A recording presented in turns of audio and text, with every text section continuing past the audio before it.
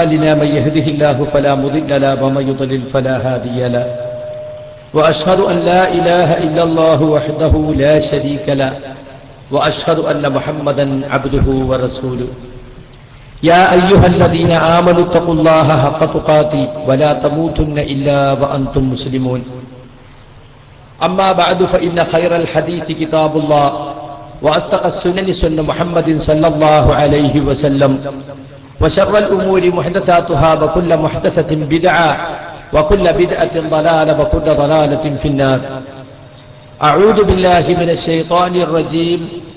إذ تبرأ الذين اتبعوا من الذين اتبعوا ورأوا العذاب وتقطعت بهم الأسباب وقال الذين اتبعوا لو أن لنا كرة فنتبرأ منهم كما تبرأوا منا كذلك يريهم الله أعمالهم حسرات عليهم وما هم بخارجين من النار. പ്രിയമുള്ള സഹോദരി സഹോദരന്മാരെ, വാക്കുകൾ ശ്രദ്ധിക്കാനെത്തിയിട്ടുള്ള നാട്ടുകാരെ, ശ്രോതാക്കളെ, മുജാഹിദ് പ്രവർത്തകരെ, പരമകാരുണികനും കരുണാനിധിയുമായ നാം ഏവരെയും നാം അറിയാതെ പോറ്റി വളർത്തിക്കൊണ്ടിരിക്കുന്ന നമ്മുടെ സൃഷ്ടാവും സംരക്ഷകനുമായ അല്ലാഹു സുബ്ഹാനഹു വ തആലയെ ജീവിതത്തിന്റെ എല്ലാ മണ്ഡലങ്ങളിലും സൂക്ഷിച്ചുകൊണ്ട് അവന്റെ നിയമനിർദ്ദേശങ്ങൾ കഴിവിൻപടി ജീവിതത്തിൽ പാലിച്ചുകൊണ്ട് ജീവിതത്തിൽ അങ്ങോളം ഇങ്ങോളം തഖ്വ കൈവിടാതെ താനൊരു മുസൽമാനാണെന്ന ബോധം കൈവിടാതെ ജീവിക്കാൻ ഈ പറയുന്ന ഞാനും കേൾക്കുന്ന നിങ്ങൾ ഓരോരുത്തരും ആത്മാർത്ഥമായി പരിശ്രമിക്കണമെന്നാണ് ആമുഖമായി ഓർമ്മപ്പെടുത്താനുള്ളത്. സാധാരണ യോഗങ്ങളിൽ നിന്നും വ്യത്യസ്തമായ ഒരു യോഗമാണ്, ഒരു മീറ്റിംഗാണ് നാം ഇവിടെ വിളിച്ചു ചേർത്തിട്ടുള്ളത്. സലഫി ആദർശ സംഘം കടവത്തൂർ എന്ന പേരിൽ നോട്ടീസ് കണ്ടപ്പോൾ തന്നെ ഇതൊരു സവിശേഷമായ യോഗമാണ് എന്ന് പലരും മനസ്സിലാക്കി കാണും. ഇക്കഴിഞ്ഞ സെപ്റ്റംബർ 8 മഞ്ചേരിയിൽ ആരംഭിച്ച് കേരളത്തിലെ വിവിധ ജില്ലകളിൽ വിവിധ സ്ഥലങ്ങളിലായി വിശദീകരണ യോഗങ്ങൾ നടത്തിയാണ് ഇന്ന് കടവത്തൂരിൽ ഒരു വിശദീകരണം നാം സംഘടിപ്പിച്ചിട്ടുള്ളത്. മഞ്ചേരിക്കു ശേഷം തൃശൂരിലെ കയ്പമംഗലത്തും, പിന്നീട് എറണാകുളത്തെ ആലുവയിലും, പിന്നീട് കൊല്ലം ചാമക്കടയിലും, അത് കഴിഞ്ഞ് മംഗലാപുരത്തും കാസർഗോഡും, പിന്നീട് കണ്ണൂരും പാലക്കാടും വയനാടും, അതുപോലെ പൂനൂരിനടുത്തുള്ള താമരശ്ശേരിയും, ഇത്രയും സ്ഥലങ്ങളിലൊക്കെ നാം ഈ ആശയങ്ങൾ വിശദീകരിക്കുകയും തെറ്റിദ്ധാരണകൾ തിരുത്തുകയും ചെയ്തിട്ടുണ്ട്. ഈയിടെയായി ഇസ്ലാഹി പ്രസ്ഥാനത്തിൽ ഉരുണ്ടുകൂടിയിട്ടുള്ളൊരു പ്രതിസന്ധി, ആ പ്രതിസന്ധിക്ക് കാരണക്കാർ ആരാണ്, എന്താണ് ആ പ്രതിസന്ധിയുടെ മർമ്മം? ആളുകൾ പലതും അവിടെവിടെയായി നിന്ന് എന്തൊക്കെയോ കേട്ടും മനസ്സിലാക്കിയും തെറ്റിദ്ധരിച്ചിട്ടുണ്ട്. യഥാർത്ഥ വസ്തുതകൾ അറിയണമെന്ന് ആഗ്രഹിക്കുന്നവർക്ക് അതിനുള്ള വേദി ഒരുക്കുക എന്നതാണ് വാസ്തവത്തിൽ ഈ പരിപാടി കൊണ്ട് നാം ലക്ഷ്യമാക്കുന്നത്. വിഷയത്തിലേക്ക് കടക്കുന്നതിന് മുമ്പ് ഈ കടവത്തൂരിന്റെ പഴയകാല ഇസ്ലാഹി ചരിത്രം ഒന്ന് അനുസ്മരിക്കേണ്ടതുണ്ട് എന്ന് എനിക്ക് തോന്നുന്നു. കേരളത്തിൽ സംഘടിതമായ ഇസ്ലാഹി പ്രവർത്തനം ആരംഭിച്ച 1920കളിൽ തന്നെ അതിന്റെ ചെറിയ ചലനങ്ങൾ ഉടലെടുത്ത ഒരു പ്രദേശമാണ് കടവത്തൂർ. കേരള മുസ്ലിം ഐക്യ സംഘത്തിന്റെ 2ാം വാർഷിക യോഗത്തിൽ വെച്ചാണ് കേരള ജമിയത്തുൽ ഉലമ അഹ്ലുസുന്നത്ത് വൽ ജമാഅത്ത് ഉലമാ സംഘം എന്ന നമ്മുടെ പണ്ഡിത സംഘടനയ്ക്ക് രൂപം നൽകപ്പെട്ടത്. കേരളത്തിൽ അവിടെവിടെയായി ചിന്നിച്ചെതറി അസംഘടിതരായി നിൽക്കുന്ന പണ്ഡിതന്മാർക്ക് യോജിച്ച് പ്രവർത്തിക്കാവുന്ന ഒരു വേദി വേണം എന്ന് മൊയ്ദ് മൗലവി സാഹിബ് പ്രമേയം അവതരിപ്പിക്കുകയും അങ്ങനെ ആ പ്രമേയത്തിന്റെ അടിസ്ഥാനത്തിൽ ഒരു സംഘം രൂപീകരിക്കാൻ ആ യോഗത്തിൽ ആലോചിക്കുകയും ചെയ്തപ്പോൾ ഒരു പണ്ഡിത സുഹൃത്ത് അവിടെ നിന്ന് ചോദിച്ചു, ഇങ്ങനെയൊരു സംഘം രൂപീകരിക്കാനുള്ള ദലീൽ എന്താണ്?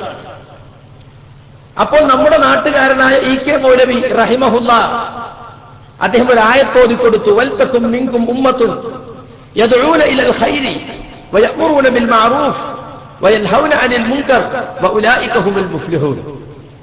നിങ്ങളിൽ നിന്നും ഒരു വിഭാഗം ഉണ്ടാകട്ടെ, നല്ലതിലേക്ക് ക്ഷണിക്കുന്ന സൽക്കാര്യങ്ങൾ കൽപ്പിക്കുകയും ദുഷ്കാര്യങ്ങളെ വിരോധിക്കുകയും ചെയ്യുന്ന ഒരു വിഭാഗം. അവരാകുന്നു വിജയിച്ചവർ. ഇത് കേട്ടപ്പോൾ ചോദ്യകർത്താവായ പണ്ഡിത സുഹൃത്തിന് സംശയം തീരുന്നില്ല. നിങ്ങൾ ഓതിയത് ആയത്തല്ലേ, ഞാൻ ചോദിച്ചത് ദലീലാണ് എന്ന് പറഞ്ഞ ഖുർആനിൽ ആയത്ത് ഒരു ദലീലാണെന്ന് പോലും അംഗീകരിക്കാത്ത ഒരു കാലം. വിശുദ്ധ ഖുർആനിൽ ആയത്ത് ഒരു വിഷയത്തിന് പ്രമാണമായി പണ്ഡിതന്മാർക്ക് പോലും ബോധ്യമില്ലാത്ത ഒരു ഇരുണ്ട കാലം. അവിടെ നിന്നോട്ട് ഇസ്ലാഹി പ്രസ്ഥാനത്തിന്റെ നേരിയ ചലനങ്ങൾ രൂപപ്പെട്ടു വന്ന ഒരു പ്രദേശമാണ് യഥാർത്ഥത്തിൽ കടവത്തൂർ പ്രദേശം. കഴിഞ്ഞ 8 പതിറ്റാണ്ടുകളായി ഈ ആദർശ പ്രസ്ഥാനം ഇവിടെ നിലനിൽക്കുകയാണ്. നമുക്കറിയാം, മമ്മി മൗലവി, എടപ്പാറ കുഞ്ഞഹമ്മദ് മൗലവി, കെ.എൻ. ഇബ്രാഹിം മൗലവി, എനിക്ക് അഹമ്മദ് മൗലവി തുടങ്ങി അറിയപ്പെട്ട കേരളത്തിലെ ഇസ്ലാഹി രംഗത്ത് അറിയപ്പെട്ട പണ്ഡിതന്മാരുടെ പ്രവർത്തനങ്ങൾ കൊണ്ടും അവരുടെ നേതൃത്വം കൊണ്ടും കെട്ടിപ്പടുക്കപ്പെട്ട ഒരു പ്രസ്ഥാനമാണ് കടവത്തൂരിലും പരിസര പ്രദേശത്തുമുള്ള ഇസ്ലാഹി പ്രസ്ഥാനം. ഞാനത് ഓർമ്മിപ്പിച്ചത് അവരൊക്കെ ഉൾക്കൊള്ളുകയും പ്രചരിപ്പിക്കുകയും ചെയ്ത ആ പ്രമാണബദ്ധമായ ആദർശമേതോ അത് നാമും പഠിക്കേണ്ടതുണ്ട്, മനസ്സിലാക്കേണ്ടതുണ്ട്. ആദർശമെന്ന് പറയുന്നത് ജനിച്ചു വീഴുമ്പോൾ പൊക്കിൾ കൊടിയിലൂടെ ലഭിക്കുന്നതല്ല.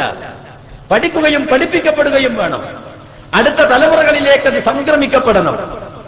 ഖേദകരമെന്ന് പറയട്ടെ, അതിനുള്ള ശ്രമങ്ങൾ ഇന്ന് കടവത്തൂരിലും പരിസര പ്രദേശങ്ങളിലും തുലവും കുറവാണ് എന്ന് പറയേണ്ടി വന്നതിൽ ഖേദമുണ്ട്.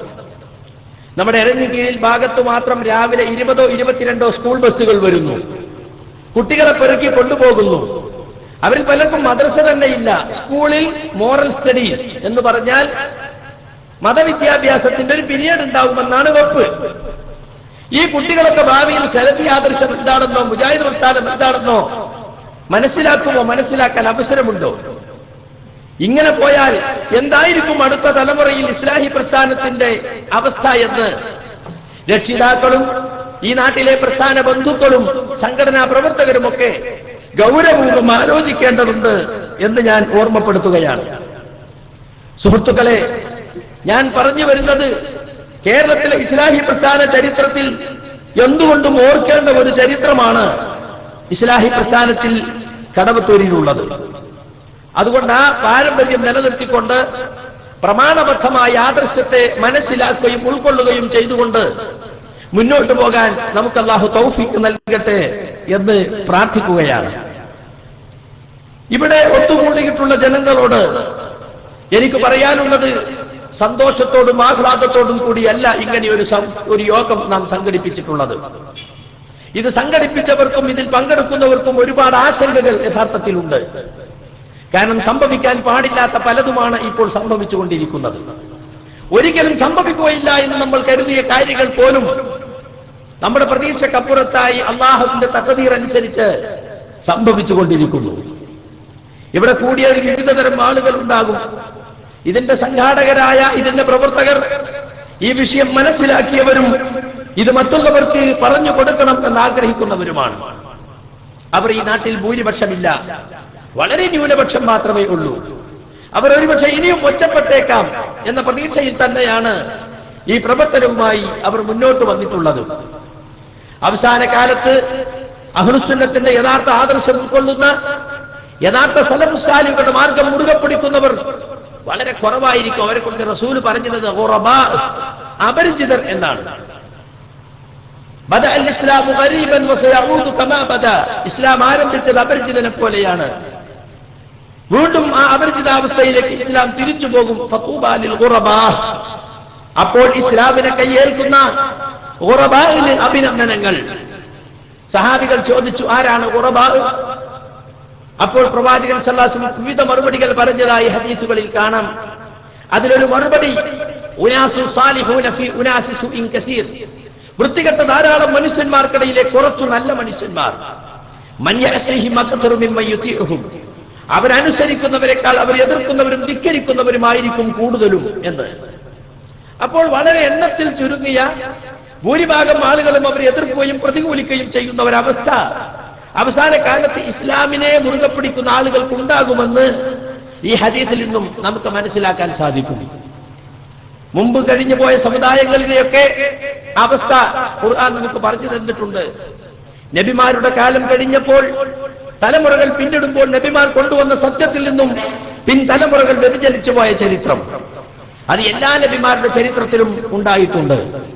പക്ഷേ മുഹമ്മദ് മുസ്തഫ സല്ലല്ലാഹു അലൈഹി വസല്ലമയുടെ സമൂഹത്തിൽ അങ്ങനെയൊന്നും ഉണ്ടാകാൻ വഴിയില്ല. എല്ലാവരും വ്യതിചലിച്ച് ആരും ബാക്കിയാവാത്ത ഒരവസ്ഥ ഈ ഉമ്മത്തിൽ ഉണ്ടാവുകയില്ല. മറിച്ച് ഒരു വിഭാഗം സത്യത്തിന്റെ ആളുകളായി ഖിയാമം വരെ നിലനിൽക്കുമെന്നാണ് റസൂൽ കരീം സല്ലല്ലാഹു അലൈഹി വസല്ലം പറഞ്ഞിട്ടുള്ളത്. ലാ തസാലു ത്വായിഫത്തുൻ മിൻ ഉമ്മത്തി ളാഹിരീന അലൽ ഹഖ് ലാ യദുറുഹും മൻ ഖദലഹും വലാ മൻ ഖാലഫഹും ഹത്താ യഅതി അംറുല്ലാഹി വഹും അലാ ദാലിക്.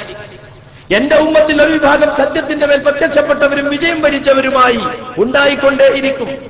അവരെ കൈയൊഴിഞ്ഞവർക്കോ അവരെ എതിർക്കുന്നവർക്കോ അവരെ ഒരു ഉപദ്രവവും ഏൽപ്പിക്കാൻ സാധ്യമല്ല അള്ളാഹുവിന്റെ കൽപ്പന വരുന്നതുവരെ. ഒരുപക്ഷെ അവർക്കെതിരിൽ കള്ളക്കേസ് കൊടുക്കാം, അവരെ ദേഹോപദ്രവം ഏൽപ്പിക്കാം, രാഷ്ട്രീയ സ്വാധീനം ഉപയോഗിച്ച് അവരെ ദ്രോഹിക്കാം, അങ്ങനെ പലതും ചെയ്യാൻ സാധിച്ചെന്ന് വരാം. പക്ഷെ ആദർശപരമായി ആശയപരമായി അവരെ തോൽപ്പിക്കുവാൻ സാധ്യമല്ല.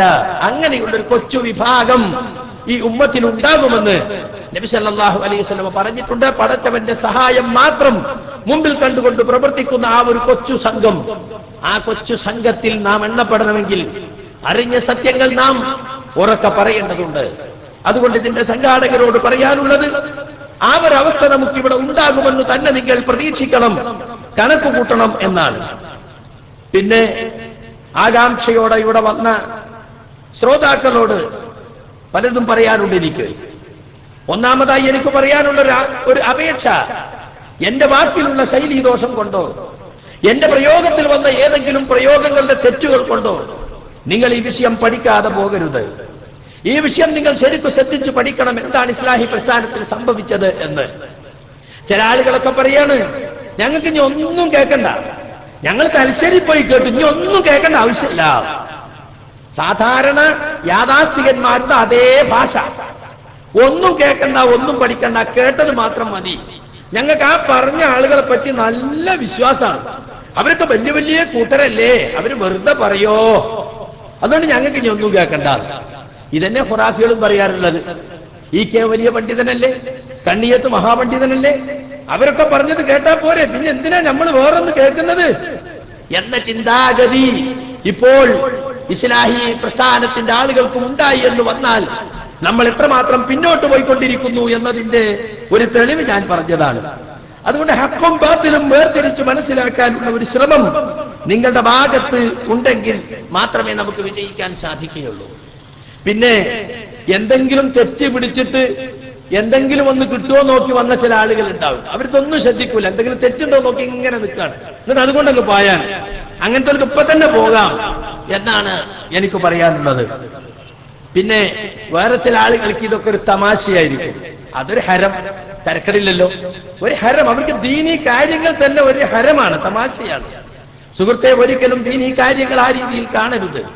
ഇത് പരലോകത്തിന്റെ വിഷയമാണ്, ദുനിയാവിന്റെ വിഷയമല്ല.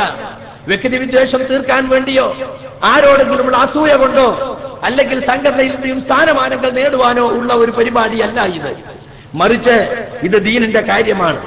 കൂട്ടാതെ കുറക്കാതെ ദീൻ ഉൾക്കൊണ്ടെങ്കിൽ മാത്രമേ നാളെ പരലോകത്ത് നമുക്ക് രക്ഷപ്പെടാൻ സാധിക്കൂ എന്നാണ് വിശുദ്ധ ഖുർആനും തിരുസുന്നത്തും നമ്മെ പഠിപ്പിക്കുന്നത്. ആ നിലക്ക് ദീനീ വിഷയങ്ങളെ ഗൗരവപൂർവ്വം സമീപിക്കുകയും ഇത് പരലോകത്തിന്റെ കാര്യമാണെന്നും നാം ഈ ഇരിക്കുന്നതും ചർച്ച ചെയ്യുന്നതും ശ്രദ്ധിക്കുന്നതുമൊക്കെ പുണ്യകരമായ ഒരു അമലാണ് എന്നും മനസ്സിലാക്കുന്നവർക്ക് മാത്രമേ ഇതുകൊണ്ട് പ്രയോജനം സിദ്ധിക്കുകയുള്ളൂ. ഇവിടെ മറ്റു മതസംഘടനകളുടെ ആളുകൾ ഈ പ്രസംഗം കേൾക്കാൻ വന്നിട്ടുണ്ടായിരിക്കും. അവരോട് എനിക്ക് പറയാനുള്ളത്, ഇസ്ലാഹി പ്രസ്ഥാനം എന്തു ജീർണതകൾ കണ്ടാലും സംഘടനയ്ക്ക് വേണ്ടി അതൊക്കെ മൂടി വെച്ച് മുന്നോട്ട് പോകുന്ന ഒരു പ്രസ്ഥാനമല്ല എന്ന് നിങ്ങൾ മനസ്സിലാക്കണം. സംഘടനയിൽ ജീർണതകൾ തലവെക്കുമ്പോൾ അതിനകത്തു നിന്ന് തിരുത്താൻ ഞങ്ങൾ ശ്രമിക്കും. ഞാൻ ഒരുപാട് ശ്രമിച്ചിട്ടുണ്ട്, അതിന്റെ പേരിലാണ് ഞാൻ പുറത്തായത്. നടന്നില്ല, എന്നെ എടുത്ത് പുറത്തിട്ടു. പക്ഷെ അതുകൊണ്ട് ഈ പ്രവർത്തനം നിർത്തിവെക്കാൻ ഉദ്ദേശമില്ല. ഇസ്ലാഹ് എന്നത് ഇല്ലാത്തതിനെ ഉണ്ടാക്കലല്ല, ഉള്ളതിൽ കാലക്രമത്തിൽ വന്നു ചേർന്ന വൈകല്യങ്ങളെ ഇല്ലാതാക്കി ശരിപ്പെടുത്തലാണ്. ആ ഇസ്ലാഹ് അകത്തും പുറത്തും നടത്തണമെന്നാണ് ഞങ്ങൾ ആഗ്രഹിക്കുന്നത്. അതുകൊണ്ട് ഈ പ്രസ്ഥാനത്തിൽ വന്നുപെട്ടിട്ടുള്ള ജീർണതകൾക്കെതിരെയുള്ള ഒരു ഇസ്ലാഹി പ്രവർത്തനമാണ് ഈ വിഷയത്തിൽ ഞങ്ങൾ നടത്തിക്കൊണ്ടിരിക്കുന്നത്. അതുകൊണ്ട് ഇതര മതസംഘടനകളുടെ അനുയായികളോട് എനിക്ക് പറയാനുള്ളത്, കാഴ്ചക്കാരായി നോക്കി നിന്ന് വല്ല മുതലെടുപ്പിനും സാധിക്കുമോ എന്ന് ചിന്തിക്കുകയല്ല നിങ്ങൾ വേണ്ടത്. ഈ ചർച്ച ചെയ്യപ്പെടുന്ന ദീനീ വിഷയങ്ങൾ അത് നിങ്ങൾ പഠിക്കാൻ ശ്രമിക്കണം. ഇത് ദീനീ കാര്യമാണ്. ഇത് പഠിക്കൽ എന്റെ കൂടി ബാധ്യതയാണ്. ആരെയും തോൽപ്പിക്കാനോ ആരെങ്കിലും തറപറ്റിക്കാനോ ഉള്ളതല്ല. ഇത് സത്യത്തോടുള്ള പ്രതിബദ്ധതയാണ് ഈ പരിപാടിയുടെ പ്രേരണ എന്ന് നിങ്ങൾ മനസ്സിലാക്കി സംസാരിക്കുന്ന വിഷയത്തെക്കുറിച്ച് ദീനിന്റെ വീക്ഷണങ്ങൾ നിങ്ങൾ മനസ്സിലാക്കണമെന്നാണ് എനിക്ക് ആമുഖമായി ഓർമ്മപ്പെടുത്തുവാനുള്ളത്. ഇവിടെ ചില ആളുകളൊക്കെ ചോദിച്ചു, നിങ്ങളുടെ നോട്ടീസിൽ കാണുന്നല്ലോ വെല്ലുവിളികളെ അതിജീവിച്ച സലഫി ആദർശം. വേറെ ചില നോട്ടീസിൽ കണ്ടു വെല്ലുവിളികളെ അതിജീവിച്ച മുജാഹിദ് പ്രസ്ഥാനം. എന്താ രണ്ടും തമ്മിൽ വ്യത്യാസം? ഒന്ന് പ്രസ്ഥാനമാണ്, മറ്റൊന്ന് ആദർശമാണ്. എന്തുകൊണ്ടാണ് ഈ തലക്കെട്ട് കൊടുത്തത്?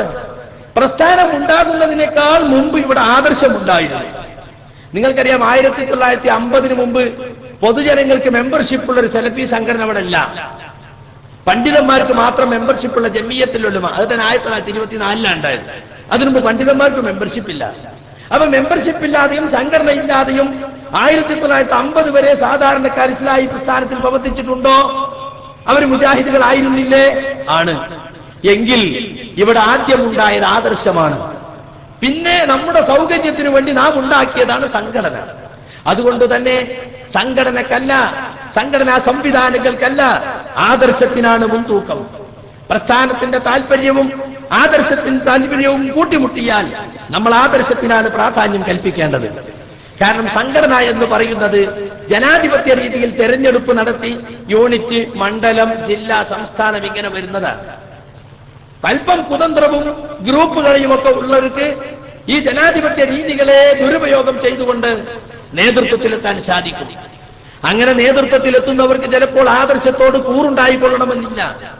സംഘടനയും സ്ഥാപനങ്ങളും അതിന്റെ പേരിലുള്ള സ്ഥാനമാനങ്ങളും അധികാരങ്ങളും ഗവൺമെന്റിൽ നിന്ന് കിട്ടുന്ന ആനുകൂല്യങ്ങളും സ്ഥാപനച്ചമക സ്വത്തുക്കളുടെ ആളായി നടക്കലും അങ്ങനെയൊക്കെയുള്ള ഒരു താല്പര്യക്കാർ, ആദർശത്തിന് പ്രാധാന്യം കൊടുക്കാത്ത ആളുകൾ ചിലപ്പോൾ നേതൃത്വത്തിലെത്തി എന്ന് വരാം.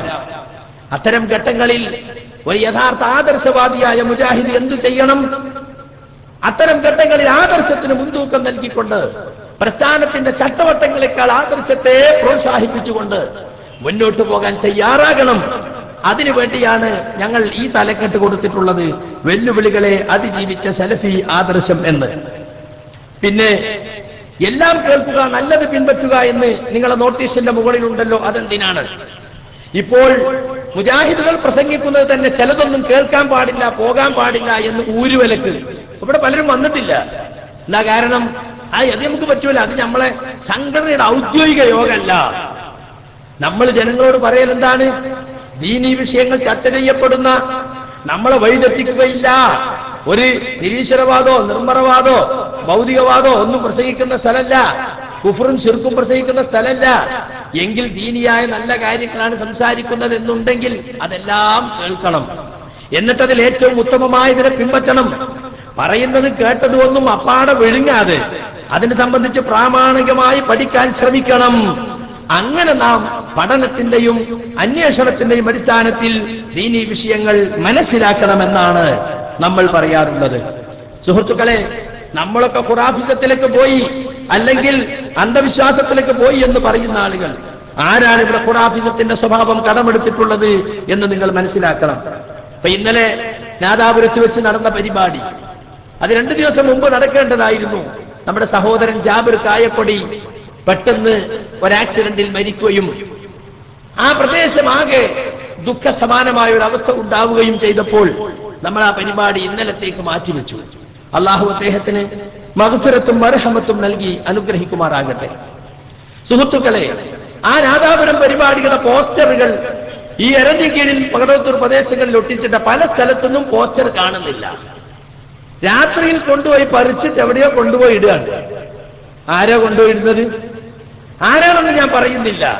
പക്ഷേ അതിന്റെ പിന്നിൽ പ്രവർത്തിച്ച കരങ്ങൾ ആരാണെന്ന് ഈ നാട്ടിലെ ആളുകൾക്കറിയാം. ഇസ്ലാഹി പ്രസ്ഥാനത്തിന്റെ മറ്റു പല നോട്ടീസും ഇവിടെ ഉണ്ട്. അതിനൊന്നും ഒരു കുഴപ്പമില്ല. പ്രസ്ഥാനത്തെ വെല്ലുവിളിച്ചുകൊണ്ട് പുറത്തുപോയി വേറെ സംഘടനയും വേറെ സംരംഭവുമായി നീങ്ങുന്ന ആളുകൾ ഇവിടെ ഉണ്ട്. അവരെ പോസ്റ്ററിന് ഒരു കുഴപ്പമില്ല, അവരെ പരിപാടിക്ക് പോകരുതെന്ന് പറയണില്ല. ഇവിടെ ചേകനൂര് പുറത്തുപോയി, CN അഹമ്മദ് വലി പുറത്തുപോയി. അവരൊന്നും പരിപാടി കേൾക്കരുതെന്ന് ഒരിക്കലും തന്നെ ഇവിടെ സർക്കുലർ ഇറക്കിയിട്ടില്ല, ആളുകളോട് പറഞ്ഞിട്ടില്ല. എന്നാൽ ഇപ്പോൾ ആ രീതിയിലേക്ക് പോസ്റ്റർ കീറുക, പെർമിഷൻ മുടക്കുക. അപ്പൊ നാദാപുരം ടൗണിൽ വെച്ച് നടക്കേണ്ട പരിപാടി കല്ലാച്ചിയിലേക്ക് മാറ്റാൻ കാരണം എന്താ? പോലീസുകാർ പറഞ്ഞു നാദാപുരത്താണെങ്കിൽ 8 മണി വരെ പെർമിഷൻ തരാൻ പറ്റുള്ളൂ. വല്ലാതെ ചോദിച്ചപ്പോ പറയാണ് ഞങ്ങൾക്ക് വല്ലാത്ത സമ്മർദ്ദമുണ്ട്, അതുകൊണ്ടാണ്. അങ്ങനെയാണ് കല്ലാച്ചി കമ്മ്യൂണിറ്റി ഹാളിലേക്ക് മാറ്റേണ്ടി വന്നത്. പുളിക്കൽ ഞാൻ പ്രസംഗിച്ചപ്പോ ഇവിടെ ഈ കോക്കസുകാരവിടെ നടത്തിയ പരിപാടി രാത്രി 1:30 വരെ നടന്നു. പോലീസ് ഒരാക്ഷേപവും പറഞ്ഞില്ല. ഞങ്ങളെ പരിപാടി 9:45 കഴിഞ്ഞപ്പോ തന്നെ നിർത്തൂ നിർത്തൂ നിർത്തൂ എന്ന് പറഞ്ഞിട്ട് ഇങ്ങനെ പോലീസ് വരിക. എന്താ കാരണം? പോലീസ് സ്റ്റേഷനിൽ പല ഫോണുകളും വരുന്നു, സമ്മർദ്ദം. അങ്ങനെ നിർത്തേണ്ടി വന്നു. പക്ഷെ അള്ളാന്റെ അനുഗ്രഹത്താൽ 2 ദിവസത്തേക്ക് പെർമിഷൻ എടുത്തത് കൊണ്ട് അത് നടന്നു. നിങ്ങൾ നോക്കൂ, കണ്ണൂരിൽ നമ്മൾ വിശദീകരണ യോഗം വെച്ചപ്പോ കണ്ണൂർ KNM കമ്മിറ്റി ക്യാമറയുമായി ആളെ നിർത്തിയിരിക്കായിരുന്നു. ആരൊക്കെയാണ് സക്കരിയ സലാഹിയുടെ പ്രസംഗം കേൾക്കാൻ വരുന്നത്? എന്നിട്ട് ഉളുപ്പില്ലാതെ അവിടെ നിന്ന് ഫോട്ടോ എടുക്കുക വരുന്ന ആളുകളെ. ഒരാളെ ഫോട്ടോ എടുക്കണമെങ്കിൽ അയാളെ പെർമിഷൻ വേണമെന്നാ നിയമം. എന്നിട്ട് ഫോട്ടോ എടുത്തപ്പോ ചില ആളുകൾ മുമ്പിൽ പോയി എടുക്കടാ ഫോട്ടോ എടുക്ക്, എന്താ കാണിക്കണേ? ഒരു മണ്ഡലം സെക്രട്ടറി വന്നിട്ട് എടുക്കടാ ഫോട്ടോ, എന്താ തൂക്കാൻ പിരിക്കോ നീ? അപ്പൊ സംഘടന എന്ന് പറയുന്നത്, സംഘടനയിൽ നിന്ന് പുറത്താക്കപ്പെട്ട ഒരാള് തന്റെ അവസ്ഥ വിവരിക്കുന്നത്, താൻ എന്ത് തെറ്റാണ് ചെയ്തത് എന്ന് ഈ നാട്ടിലെ ആളുകളോട് പറഞ്ഞു കൊടുക്കണമല്ലോ. ഇദ്ദേഹം ശിർക്കിലേക്ക് പോയി മുശ്രിക്കായി മരിക്കാൻ പോവാണ് എന്ന് പറയുമ്പോൾ അതിന്റെ സത്യാവസ്ഥ വിവരിച്ചു കൊടുക്കാൻ വേണ്ടി വിളിച്ചൊരു മീറ്റിംഗിൽ കേൾക്കാൻ പോകുന്നവരെ ഫോട്ടോ എടുക്കുക. മഗ്‌രിബായപ്പോ പിന്നെ ഓനെ കാണാനില്ല, കാരണം ക്യാമറയിൽ ഒതുങ്ങണില്ല ആളുകൾ, ജനം ഒന്നായിട്ട് വരിക. വലിയ പുരോഗമനവാദിയായ ഡോക്ടർ ദുൽഫിക്കർ മെമ്പറായിട്ടുള്ള പള്ളി, അവിടുത്തെ ഇമാമ് ഈ പരിപാടി ഒന്ന് കേൾക്കാൻ വന്നു കണ്ണൂര്. കുറച്ചേരം നിന്നു, പിന്നെ മഗ്‌രിബ് ജമാഅത്തിന് പോയി, പിന്നെയും പോയി ഇശാ ജമാഅത്തിനും പോയി. ജമാഅത്തിനൊന്നും അയാൾ മുടക്കിയിട്ടില്ല. എന്നിട്ട് പോലെ അയാളെ പിറ്റേന്ന് പള്ളിയിൽ നിന്ന് പുറത്താക്കി. ഖുറാഫികൾ പോലും ചെയ്യാത്തതാ. പണ്ടൊക്കെ ഉണ്ടായിരുന്നു, മുജാഹിദീങ്ങളെ വയലിലേക്കാൻ പോയാൽ പിന്നെ മൗലവിക്ക് ചോറ് കൊടുക്കൂല, മഹലിൽ നിന്ന് പുറത്താക്കും. ഇന്ന് മൗലവിയും കുട്ടികളൊക്കെ ഒന്നും ചോദിക്കും, ഒരു പ്രശ്നമല്ല. ഈ രൂപത്തിലേക്ക് പഴയ ഖുറാഫികൾ അവസ്ഥയിലേക്ക് ഇപ്പോഴത്തെ KNM-ലെ ഒരു കോക്കസ്, KNM-ൽ ഒരുപാട് നല്ല മനുഷ്യന്മാരുണ്ട്, പക്ഷെ ഒരു കോക്കസ് ഇപ്പോ നേതൃത്വം പിടിച്ചെടുത്തിട്ട് അവർ നടത്തിക്കൊണ്ടിരിക്കുകയാണ്. മാത്രല്ല, കോളേജിൽ കുട്ടികൾ പരിപാടി കേൾക്കാൻ വന്നിട്ട് അവർക്ക് ഭക്ഷണം മുടക്കുക. എടവണ്ണയിൽ ഞാൻ പ്രസംഗിച്ചപ്പോ 2-3 കുട്ടികൾ അത് കേൾക്കാൻ വന്നിട്ട് അവർക്ക് ഭക്ഷണം മുടക്കി ഒരു ഹോട്ടലിനകത്തുന്ന ദിവസങ്ങളോളം. പുളിക്കൽ എന്റെ പ്രസംഗം കേൾക്കാൻ വന്നതിന്റെ പേരിൽ പുളിക്കൽ മദീനത്തുൽ ഉലൂമിലെ ഹോസ്റ്റലിലെ കുട്ടികൾക്ക് 50 രൂപ ഫൈന്, അല്ലെങ്കിൽ അവിടെയുള്ള പാത്രം മുഴുവൻ കഴുകണം. ആരാത് ചെയ്തത്? മദീനത്തുൽ ഉലൂമിലെ അധ്യാപകർ. മദീനത്തുൽ ഉലൂമിലെ ഒരു അധ്യാപകൻ ഈ കോക്കസിന്റെ പരിപാടിന്റെ അന്ന് കുട്ടികളെ വിളിച്ചു കൂട്ടിയിട്ട് പറഞ്ഞു, ഇതാ എല്ലാം കേൾക്കണം, നമ്മൾ രണ്ടും കേൾക്കണം, രണ്ടും മനസ്സിലാക്കണം. കാരണം കോക്കസിന്റെ പരിപാടിക്ക് ആള് വേണമല്ലോ. എന്നിട്ട് കുട്ടികളൊക്കെ ആട്ടിത്തെളിച്ച് കൊണ്ടുപോയി.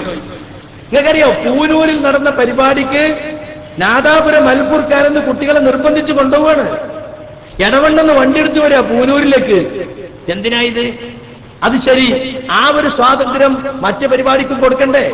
അപ്പൊ സ്ഥാപനങ്ങൾ ഉപയോഗിച്ച് മിമ്പറിൽ ഇമാമിനെ കൊണ്ട് നിർബന്ധപൂർവ്വം പറയിപ്പിച്ച് സ്ഥാപനങ്ങളെ കുട്ടികളെ നിർബന്ധിച്ച് കൊണ്ടുപോയിട്ടൊക്കെയാണ് ഇവർ പരിപാടി നടത്തുന്നത്.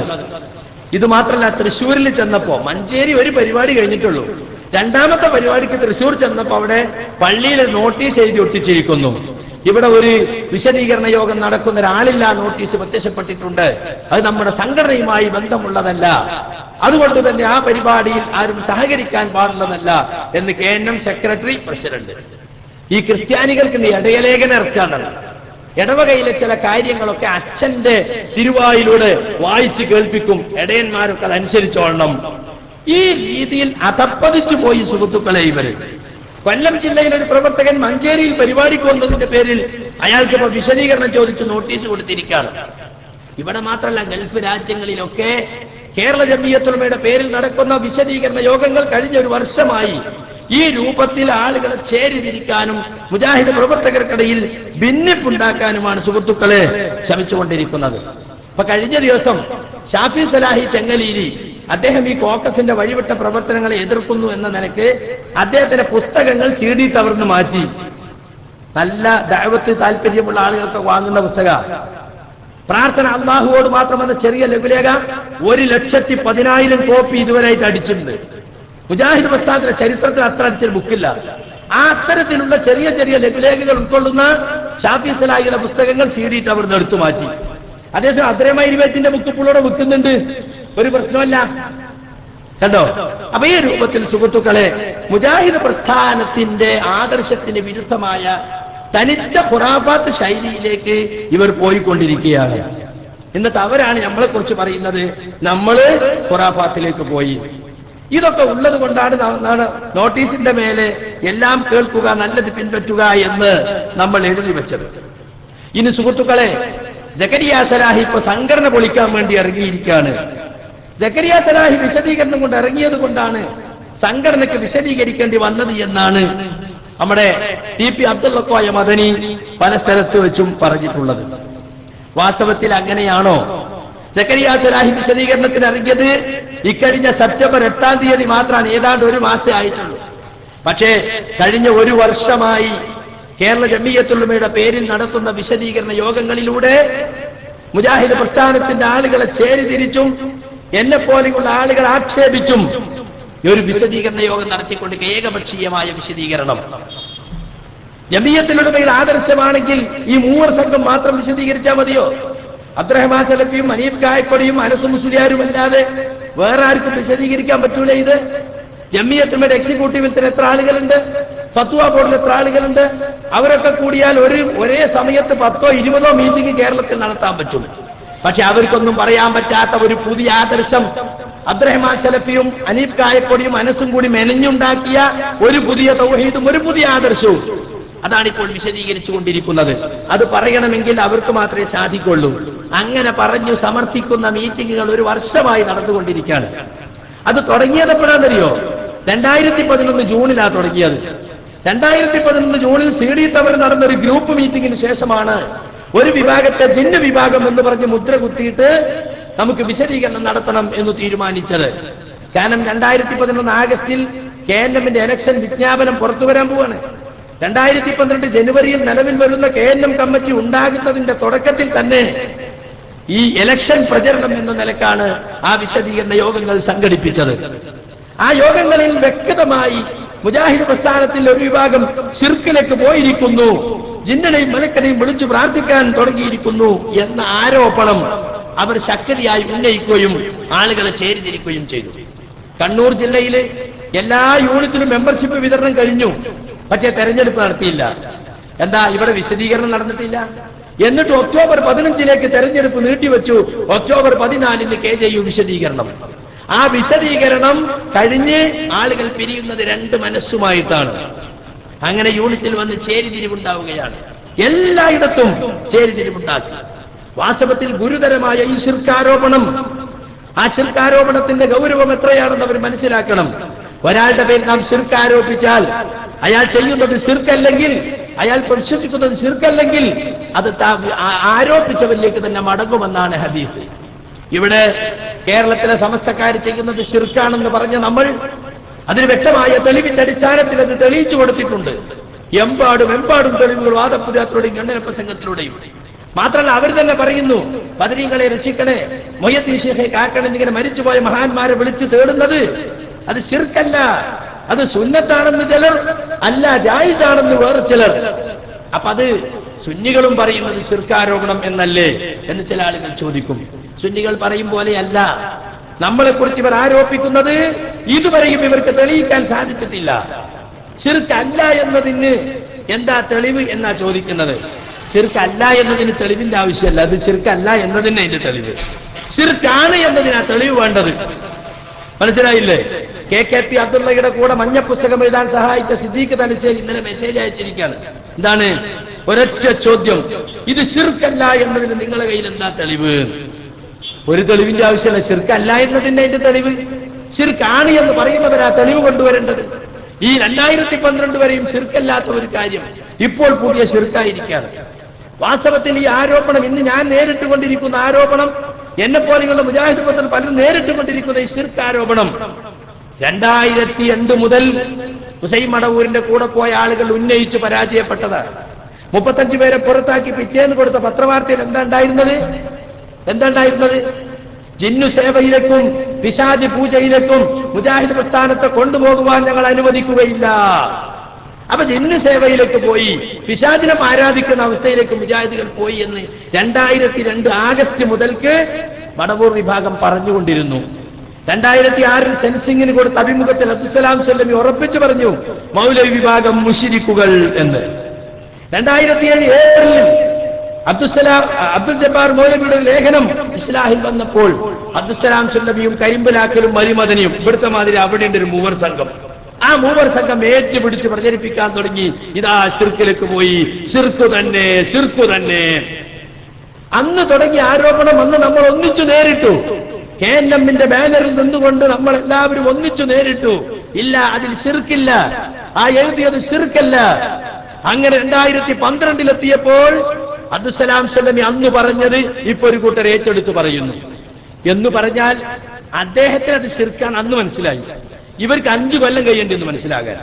അപ്പൊ ഇനി സലാം സ്വല്ലമിന്റെ ദർസ് പോയി പഠിച്ചോട്ടെ അബ്ദുറഹ്മാൻ സലഫിയും അനീഫ് കായക്കൊടി അനസും ഒക്കെ. കാരണം അയാൾ 5 കൊല്ലം മുമ്പ് പറഞ്ഞ ഇവരിപ്പോ പറയണത് ഈ 5 കൊല്ലവും പറഞ്ഞു ശിർക്കല്ല മടവൂരികളെ, അത് കുബൂരികൾ ഏറ്റെടുത്തപ്പോ പറഞ്ഞു ശിർക്കല്ല കുബൂരികളെ എന്ന്. ഇപ്പൊ അതേ ആളുകൾ പറയാണത് ശിർക്കാണ്, ശിർക്കാണ്, ശിർക്കാന്ന് സമ്മതിച്ചില്ലെങ്കിൽ സംഘടന പുറത്താക്കും. അതപ്പൊ എനിക്കുണ്ടായത് പഴയ മുജാഹിദ് പ്രസ്ഥാനത്തിന്റെ ആദർശത്തിൽ ഉറച്ചു നിൽക്കണം, പുതിയ ഭേദഗതി 2002 പുതിയ തൗഹീദ് ഞാൻ അംഗീകരിക്കുകയില്ല എന്ന് പറഞ്ഞതിന്റെ പേരിലാണ് സുഹൃത്തുക്കളെ എനിക്കതിൽ ഇപ്പോൾ നടപടി ഉണ്ടായിട്ടുള്ളത്. ഇക്കഴിഞ്ഞ 6 മാസമായി എന്നെ സംഘടനയിൽ നിന്ന് പ്രസംഗ വേദികൾ വിലക്കി മാറ്റി നിർത്തിയിരിക്കുന്നു. ഖുതുബ അല്ലാത്ത മറ്റൊന്നും പാടില്ല. എന്താ കാരണം? 2012 ഫെബ്രുവരിയിൽ പുളിക്കൽ വെച്ച് നടന്നൊരു മീറ്റിംഗിൽ 42 മിനിറ്റ് ഞാൻ പ്രസംഗിച്ചു. അതിൽ 10 മിനിറ്റ് റുഖ്യ ശർഇയ്യയുമായി ബന്ധപ്പെട്ട ശർഇയ്യായ മന്ത്രങ്ങളെ സംബന്ധിച്ച് പറഞ്ഞു. അതിൽ സ്റ്റേജിലിരിക്കുന്ന അബ്ദുറഹ്മാൻ സലഫിക്ക് ദഹിക്കാത്ത ചില കാര്യങ്ങൾ ഉണ്ടായിരുന്നു. ലോക സലഫികൾക്കിടയിൽ യാതൊരു വിവാദവുമില്ലാത്ത കാര്യം ഞാൻ പറഞ്ഞത്. അധ്യക്ഷനായ PN എന്നോട് വിവാദങ്ങൾ പറയരുതെന്ന് പറഞ്ഞതുകൊണ്ട് ഒരു വിവാദവുമില്ലാത്ത 2-3 വിഷയങ്ങൾ ഞാൻ പറഞ്ഞു. പക്ഷെ അബ്ദുറഹ്മാൻ സലഫിക്ക് അത് വിവാദമായി തോന്നി, അയാൾ പ്രശ്നമാക്കി. എന്ന് മാത്രമല്ല, അദ്ദേഹം KNM സെക്രട്ടേറിയറ്റിൽ പരാതിപ്പെട്ടു. സെക്രട്ടേറിയറ്റ് എന്നോട് സംസാരിക്കാൻ PN-നെ ചുമതലപ്പെടുത്തി. PN വന്ന് സംസാരിച്ചപ്പോ ഞാൻ പറഞ്ഞു ശരി, ഞാൻ സംസാരിക്കലും നിർത്താം. പക്ഷേ KJU വിശദീകരണം എന്ന് പറഞ്ഞ നാടായ നാട്ടിലൊക്കെ ഇവർ നടന്ന് ഈ പറയുന്ന തോന്നിയാസങ്ങളോ അത് നിർത്തുവോ? ഇത് ഞാനും നിർത്താം. ഒരു 1 സൈഡ് വിശദീകരണം സംഘടനയെ ഹൈജാക്ക് ചെയ്തുകൊണ്ട് ഒരു കൂട്ടർ നടത്തുക, അത് ശരിയാവുമോ? അപ്പൊ PN പറഞ്ഞു, ഞാൻ അവരോട് സംസാരിച്ചു. അവര് പറഞ്ഞു ഞങ്ങൾക്കത് നിർത്താൻ പറ്റൂല, ഞങ്ങൾ സംഘടനാ നിലപാട് വിശദീകരിക്കുകയാണ്. സക്കരിയ നിർത്തണം, ഞങ്ങൾക്ക് നിർത്താൻ പറ്റൂല. ഞാൻ പറഞ്ഞു ഇത് നീതിയാണോ? ഒരു ഭാഗം മാത്രം കേൾക്കാൻ ആളുകൾക്ക് അവസരം ഉണ്ടാക്കാൻ, ഞങ്ങളെയൊക്കെ വായ മൂടിക്കെട്ടിയിട്ട് ഇങ്ങൊരു മൂവർ സംഘം മാത്രം വിശദീകരിക്കുക. അത് തെരഞ്ഞെടുപ്പ് പ്രചരണമായിരുന്നു. അതൊരു പ്രത്യേക ദിശയിലൂടെ ആളുകളെ തെറ്റിദ്ധരിപ്പിച്ച് കൂടെ നിർത്താനുള്ള ഇലക്ഷൻ തന്ത്രമായിരുന്നു. അതുകൊണ്ട് തന്നെ അത് നിർത്താൻ പറ്റൂല എന്നാ പറഞ്ഞത്. എന്നിട്ടോ എന്താ സംഭവിച്ചത്? ഞാൻ അവസാനം PN-നോട് പറഞ്ഞു ശരി, ഞാൻ നിർത്താം, ഈ പ്രശ്നം അവസാനിക്കട്ടെ, എന്നിട്ട് എന്റെ പേരിൽ ദഅവത്ത് മുടങ്ങിപ്പോണ്ടല്ലോ. സംഘടനയുമായി പരമാവധി അഡ്ജസ്റ്റ് ചെയ്തു നിൽക്കാൻ ഞാൻ ശ്രമിച്ചു. ഇപ്പൊ നിങ്ങൾ നോക്ക്, ഇക്കഴിഞ്ഞ ജൂൺ 18 എന്നെ തിരിച്ചെടുക്കാൻ വേണ്ടി അവർ തീരുമാനിച്ചത്. പക്ഷേ ആ തീരുമാനം എടുക്കാൻ കാരണം എന്താ? ഞാൻ ക്ഷമിച്ചത് കൊണ്ടാ. പോഷക ഘടകങ്ങളുടെ പരിപാടിയിലൊന്നും പങ്കെടുക്കാൻ പാടില്ല എന്ന് പറഞ്ഞു. ഞാൻ എവിടെയും പങ്കെടുത്തില്ല. അവർ പറഞ്ഞ നിയമം പാലിച്ചു, ഖുതുബ മാത്രം നടത്തി. റമദാനിൽ പോലും ഒരു തസ്കിയത്ത് ക്ലാസ് നടത്താൻ അനുവാദം കിട്ടാതെ ഞാൻ വീട്ടിലിരുന്നു. ഇതെല്ലാവർക്കും അറിയുന്ന യാഥാർത്ഥ്യമാണ്. എന്താ ഞാൻ ചെയ്ത കുറ്റം? പുളിക്കൽ പ്രസംഗത്തിൽ നമ്മുടെ പ്രഖ്യാപിത ആദർശങ്ങൾക്കും പ്രബോധന മര്യാദകൾക്കും എതിരായി പ്രസംഗിച്ചു. ഇന്ന് വരെ എന്റെ കുറ്റം എന്താന്ന് പറഞ്ഞിട്ടില്ല. ഇതൊരു മൊത്തം പ്രസ്താവനയാണ്. പ്രഖ്യാപിതാദർശത്തിനും പ്രബോധന മര്യാദക്കും പ്രവർത്തിച്ചു. ഏതാ പ്രഖ്യാപിതാദർശം? ഏതാദർശത്തിനെതിരാ പ്രസംഗിച്ചത്? എന്താ പ്രസംഗിച്ചത്? ഇപ്പൊ കുറ്റപത്രം എന്നും പറഞ്ഞിട്ട് കൊണ്ടുനടക്കുന്നുണ്ട്. ഇപ്പൊ വിചിന്തനം റീഡേഴ്സ് ഫോറം കാസർഗോഡ് എന്ന് പറഞ്ഞിട്ട് ഒരു രഹസ്യ നോട്ടീസ് എരഞ്ഞിങ്കീല പള്ളിയിൽ ചില ആൾ കീസിലിട്ടിട്ട് മേക്ക് കൂടി കൊടുക്കുന്നുണ്ട്. അതെനിക്കെതിരുള്ള കുറ്റപത്ര. ആ കുറ്റപത്രം എന്താ പുറത്തിറക്കാത്ര മടി? ആദ്യം കുറ്റപത്രം എനിക്കല്ലേ തരേണ്ടത്? കുറ്റം ചെയ്ത ആൾക്ക് കുറ്റപത്രം കൊടുത്തിട്ട് ഈ കുറ്റം നിങ്ങൾ ചെയ്തതാണോ എന്ന് ചോദിക്കണ്ടേ? ഇതുവരെയും ചോദിച്ചിട്ടില്ല. മാത്രല്ല, ഏറ്റവും നല്ല ബഹുരസം എന്താ വെച്ചാ കുറ്റപത്രത്തിൽ കുറ്റം എന്താണെന്ന് മാത്രമല്ല, അത് മുഴുവൻ വായിച്ചു നോക്കിയാല് 2006 മുതൽ കഴിഞ്ഞ 2007 മുതൽ കഴിഞ്ഞ 5 വർഷമായി 23 ഇടപെടലുകളും നടപടികളും നടത്തിയിട്ട് സക്കരിയ സലാഹി ഒതുങ്ങാതെ പുറത്തുപോയില്ല. എന്താ 23? ഈ 23 ഇങ്ങനെ പറഞ്ഞുകൊണ്ടിരിക്കുന്നുണ്ട് ഇപ്പൊ ആളുകൾ.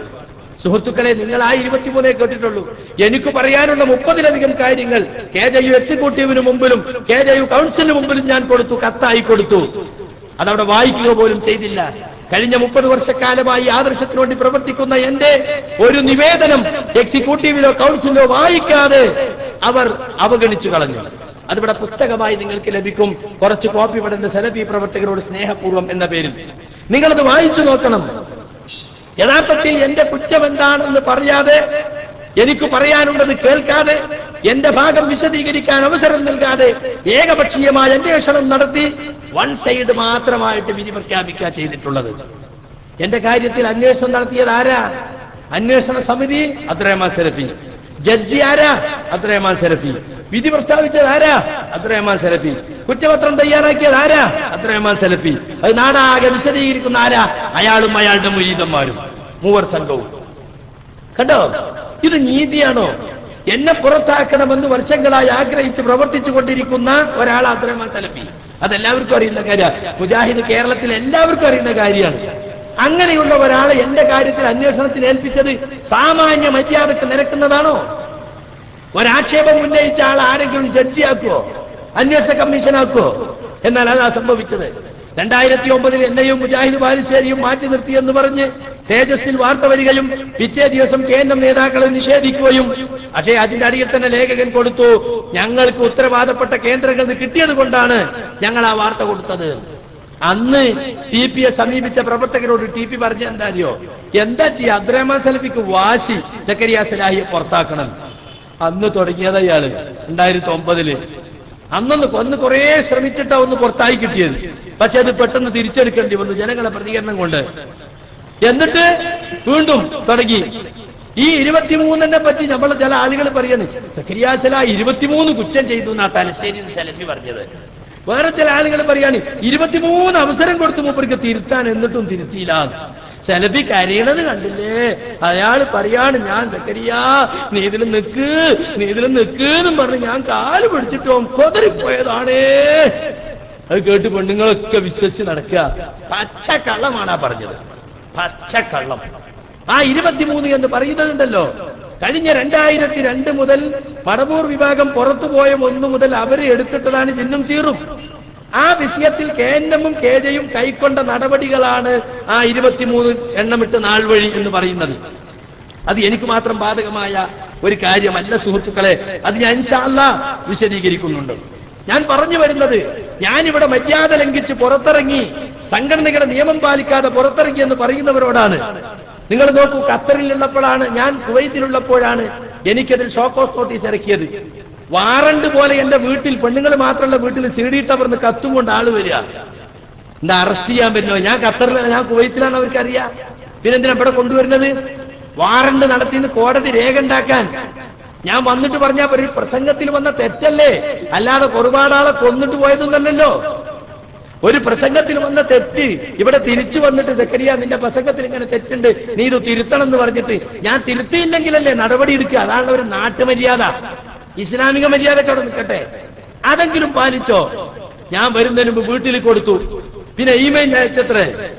എന്നിട്ട് കുവൈത്ത് കഴിഞ്ഞ് ഖത്തറിലേക്ക് ഞാൻ പോയി. അവിടെ ഇറങ്ങുമ്പോഴാണ് ഇങ്ങനെ ഒരു വിലക്കുണ്ട് എന്ന് പറഞ്ഞത്.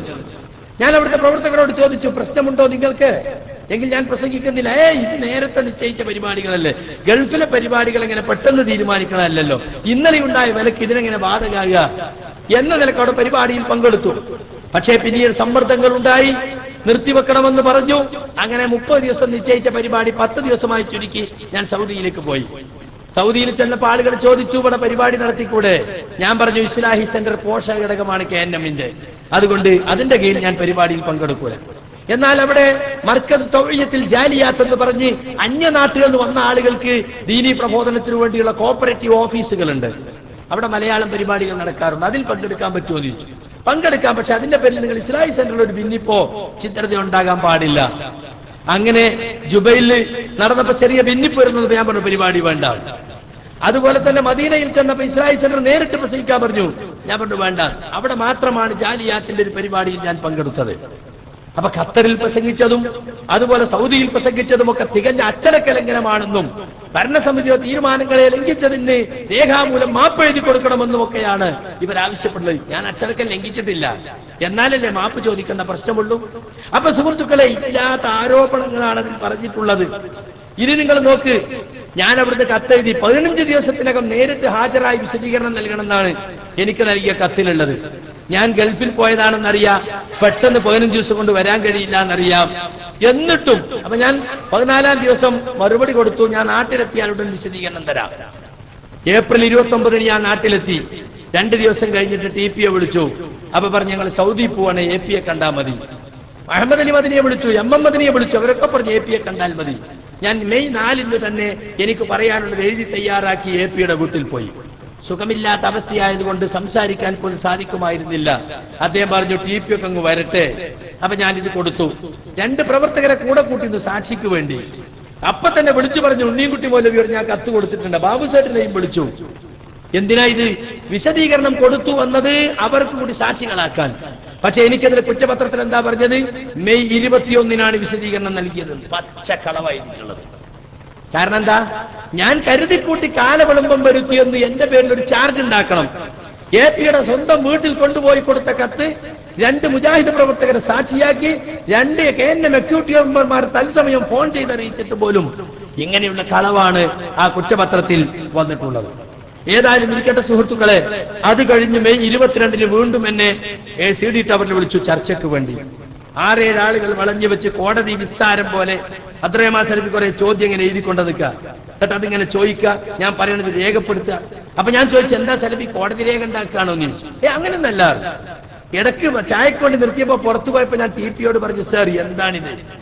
ഞാൻ വീണ്ടും നിങ്ങളടുത്തിൽ വന്നത് എന്നെ കൊണ്ട് സംഘടനയിൽ ഒരു പ്രശ്നം ഉണ്ടാകാൻ വിചാരിച്ചാൽ ഞാൻ മാറി നിന്ന സജീവരായ കുറെ പ്രവർത്തകർ മാറി നിൽക്കും. സംഘടനയിൽ വീണ്ടും ഒരു ഭിന്നിപ്പുണ്ടാകും. അതുകൊണ്ടാണ് വീണ്ടും താഴ്മയോടെ നിങ്ങളടുത്ത് ഞാൻ വന്നത്. പക്ഷെ ഇവിടെ വന്ന് നോക്കും, അത്രയും സലഫിയെ നിങ്ങൾ വക്കീൽ പണി ഏൽപ്പിച്ചിരിക്കുകയാണല്ലോ, അയാളിങ്ങനെ ക്രോസ് ചെയ്ത് സംസാരിക്കും. അയാൾ അങ്ങനെയൊന്നുമില്ല എന്ന് വിചാരിക്കണ്ട, ഞങ്ങൾ അങ്ങനെ തീരുമാനിച്ചാന്നൊക്കെ പറഞ്ഞു ഇവരൊന്ന് ഒഴിഞ്ഞു മാറി. അന്ന് ഞാൻ പറഞ്ഞു, നിങ്ങൾ പ്രസിഡന്റും സെക്രട്ടറിയും നിങ്ങൾ നിഷ്പക്ഷരായിരിക്കണം. ഞങ്ങൾക്ക് എല്ലാവർക്കും വന്ന് സങ്കടം പറയാണ്ടവരാ നിങ്ങൾ ഈ ഗ്രൂപ്പിന്റെ ആളുകളാകരുത് എന്നൊക്കെ സംസാരിച്ചു. 5 മണിക്കൂറോളം ചർച്ച നടന്നു. ചർച്ചയ്ക്ക് അവസാനം യോജിച്ചു പോകണം, ഐക്യപ്പെടണം എന്നൊക്കെ പറഞ്ഞു. പരസ്പരം കെട്ടിപ്പിടിച്ചു, കൈയൊക്കെ കൊടുത്തു പിരിഞ്ഞു. പുറത്തിറങ്ങിയപ്പോൾ ആളുകൾ ചോദിച്ചു, എങ്ങനെ ഉണ്ടായിരുന്നു ചർച്ച? നന്നായിരുന്നു എന്ന് പറഞ്ഞു. അപ്പൊ ചില പ്രവർത്തകർ മെസ്സേജ് അയച്ചു, സക്കറിയ സലാഹി വീണ്ടും പ്രബോധന രംഗത്തേക്ക് പ്രശ്നങ്ങൾ തീർന്നു. ഉടനെ CD ടവറിൽ പോയിട്ട് അബ്ദുറഹ്മാൻ സലഫി വീണ്ടും ഒരു സർക്കുലർ, പ്രശ്നങ്ങൾ തീർന്നിട്ടില്ല, മൊഴി എടുത്തിട്ടേ ഉള്ളൂ. എന്നെ വീണ്ടും അപമാനിച്ചു. അത് കഴിഞ്ഞു. പിന്നെയും 2 മാസം കഴിഞ്ഞിട്ടാണ് ജൂലൈ 18-ന് KNM എക്സിക്യൂട്ടീവ് തിരിച്ചെടുക്കാൻ തീരുമാനിച്ചത്. ഞാൻ നേരത്തെ പറഞ്ഞതുപോലെ അവരെ മുടിക്കൊണ്ടല്ല, എന്റെ ക്ഷമ കൊണ്ട്. എന്നാൽ ജൂലൈ 18-ന് ഞാൻ തിരിച്ചെടുക്കാൻ തീരുമാനിച്ചു എന്ന വിവരം മെയ് 22-ന് വെറുതെ 2 മാസം ഏകപക്ഷീയമായ അന്വേഷണം നടത്തി കള്ളത്തെളിവുകൾ ഉണ്ടാക്കാൻ വേണ്ടി നീട്ടിക്കൊണ്ടായതാ. അത് കഴിഞ്ഞിട്ട് ജൂലൈ 18 കഴിഞ്ഞിട്ട് കത്ത് കിട്ടും, തിരിച്ചെടുത്തു എന്ന കത്ത് കിട്ടുമെന്ന് കാത്തിരിക്കുമ്പോ വീണ്ടും CD ടവറിന്ന് കൂലിക്കാരൻ വീട്ടിൽ വരികയാണ്. നിങ്ങൾക്കൊരു കത്തുണ്ട്. എന്താ കത്ത്? നിങ്ങൾ ഒരു കൂടിക്കാഴ്ചക്ക് വേണ്ടി വീണ്ടും CD ടവറിൽ ചെല്ലണം. കൂടിക്കാഴ്ചക്ക് ചെന്ന് നോക്കുമ്പോൾ എന്താ ഉള്ളതറിയോ? 2 പേപ്പർ എഴുതി കൊണ്ടുവന്നിരിക്കുക. അന്വേഷണ സമിതിയുടെ ശുപാർശകൾ, തിരിച്ചെടുക്കാനുള്ള നിബന്ധനകൾ, അതിൽ ഒപ്പിട്ട് കൊടുക്കണം. അപ്പൊ ഞാൻ വായിച്ചു നോക്കുമ്പോ എനിക്ക് ഒപ്പിടാൻ പറ്റാത്തതാ. നിങ്ങൾക്ക് ഇവിടെ വാങ്ങാൻ കിട്ടുന്ന ആ പുസ്തകത്തിൽ അത് പറഞ്ഞിട്ടുണ്ട്. എന്താ നിബന്ധനകളിൽ ഒന്നാമത്തേന്നറിയോ? KK സക്കരിയ സലാഹി പഴയ വാദങ്ങളിൽ നിന്ന് ഖേദിച്ചു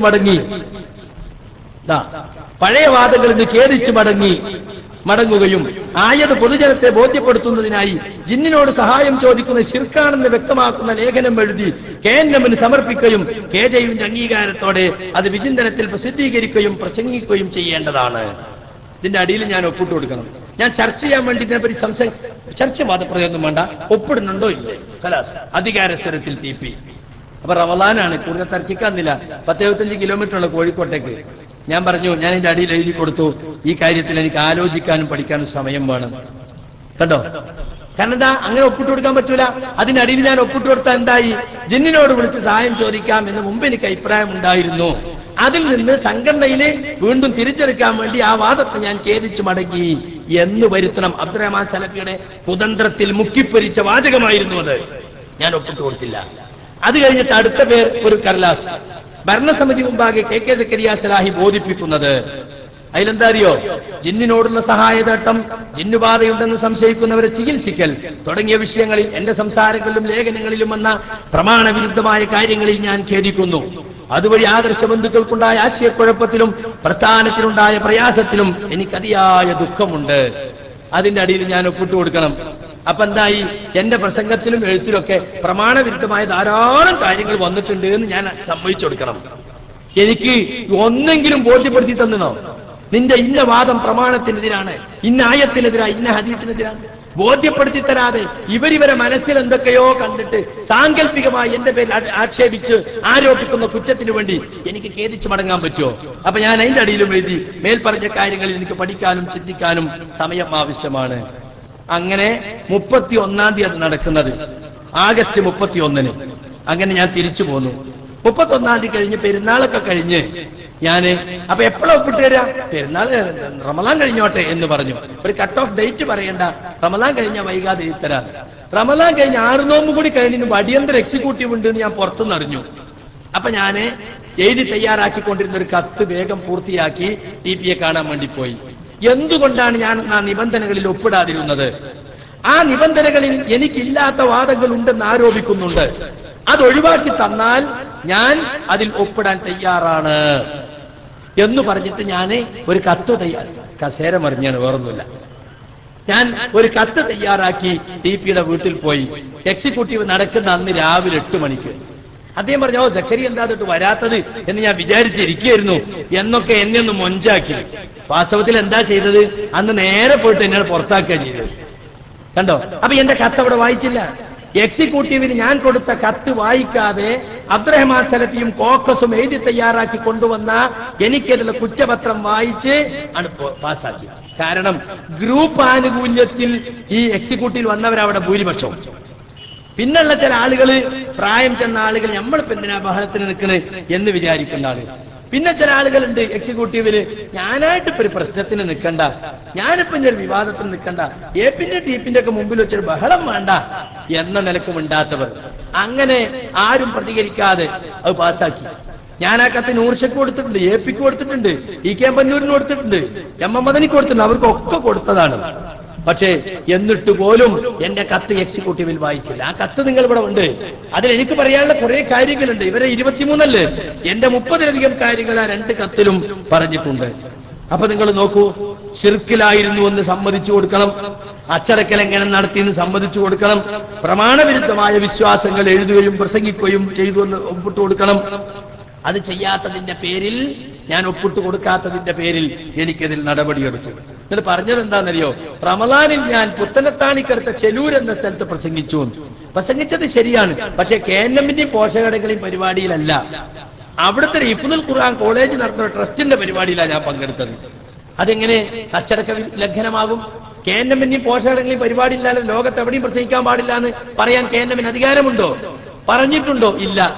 അതാണ് പിന്നീട് എനിക്കതിന് കുറ്റമായി പറഞ്ഞത്.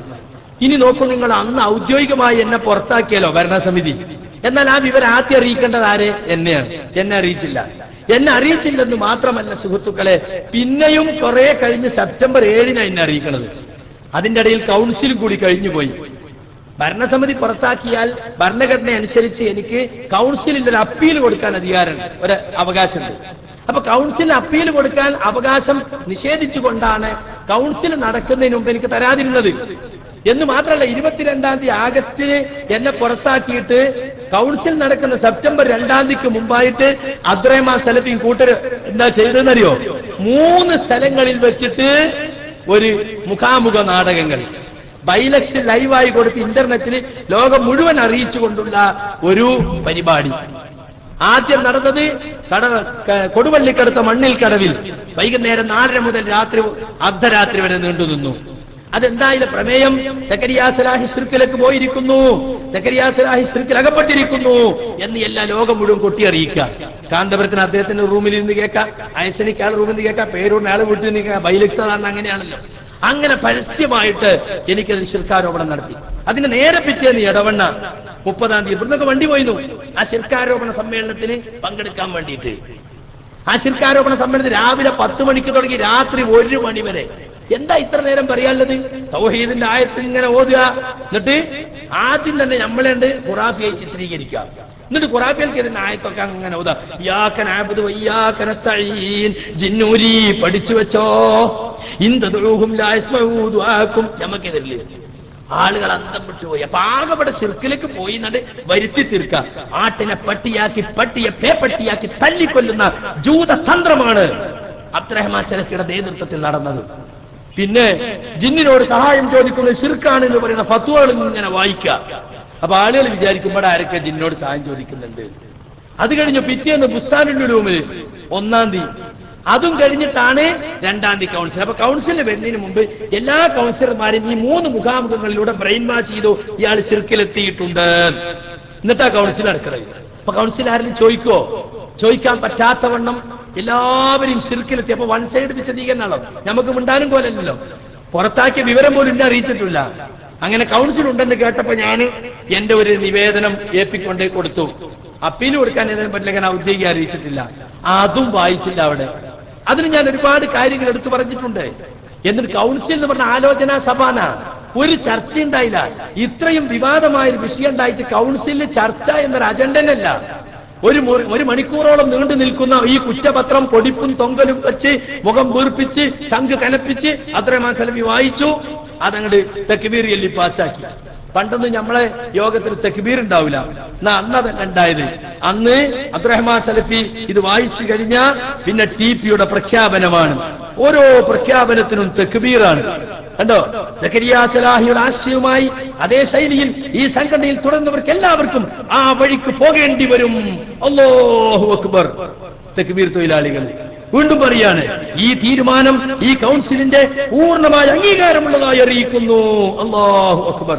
ഒരു ചർച്ചയും ചെയ്യാൻ പ്രഖ്യാപിക്കുകയാണ്. ഇത് കേരളത്തിൽ എവിടെയാണോ വിശദീകരിക്കേണ്ടത് അവിടെ വിശദീകരിക്കാൻ കേന്ദ്രവും കേജും തയ്യാറാണ്. യാതൊരു സംശയവും വേണ്ട. അല്ലാഹു അക്ബർ. കണ്ടോ, അബ്ദുറഹ്മാൻ സലഫി കുറ്റപത്രം വായിക്കുന്നിടക്ക് ചില ആളുകൾ ഇടപെട്ട് ചോദിച്ചോ, പറഞ്ഞത് ശരിയല്ലല്ലോ, അങ്ങനെ എഴുതിയത് ശരിയല്ലല്ലോ. കാസർഗോഡ് ഹദീസ് സെമിനാറിൽ ഞാൻ ശിർക്കൻ വാദങ്ങൾ പ്രസംഗിച്ചു എന്നാണ് അയാൾ വായിച്ചത്. ഇമാം അഹമ്മദ് ബിൻ ഹംബലിന് ജിന്നുകളെ മലക്കളെ വിളിച്ച് പ്രാർത്ഥിക്കാമെന്ന് അഭിപ്രായമുള്ളതായി ഞാൻ സമർത്ഥിച്ചു എന്നൊക്കെ പറഞ്ഞപ്പോ അത് ഞാൻ നേരിട്ട് കേട്ടതാണല്ലോ എന്നൊരു പ്രവർത്തനം ചെയ്തപ്പോ, നിങ്ങൾ യോഗം കഴിഞ്ഞിട്ടേ ഒരു പെന്നും കടലാസും എടുത്ത് അപ്പുറത്തെ റൂമിൽ വരും, കാസറ്റ് കേട്ട് ഞാൻ എഴുതി തരാം. അതായത് മറുപടി. അപ്പോഴേക്ക് ടി പി വാങ്ങിയിട്ട് ആരും ശ്രദ്ധിക്കരുത്. അപ്പൊ ശബ്ദം ഉണ്ടാക്കൽ പോലെ ഇരിക്കണം അവിടെ എന്നത് ഗുണ്ടാസ്വരത്തിൽ ഈ കോക്കസിന്റെ ആളുകൾ അവിടെ സംസാരിക്കാൻ തുടങ്ങി. അപ്പൊ ടി പി എണീറ്റ് എന്ന് പറയാണ്, നിങ്ങൾ സംസാരിക്കേണ്ട സമയമാകുമ്പോൾ ഞാൻ പറയും.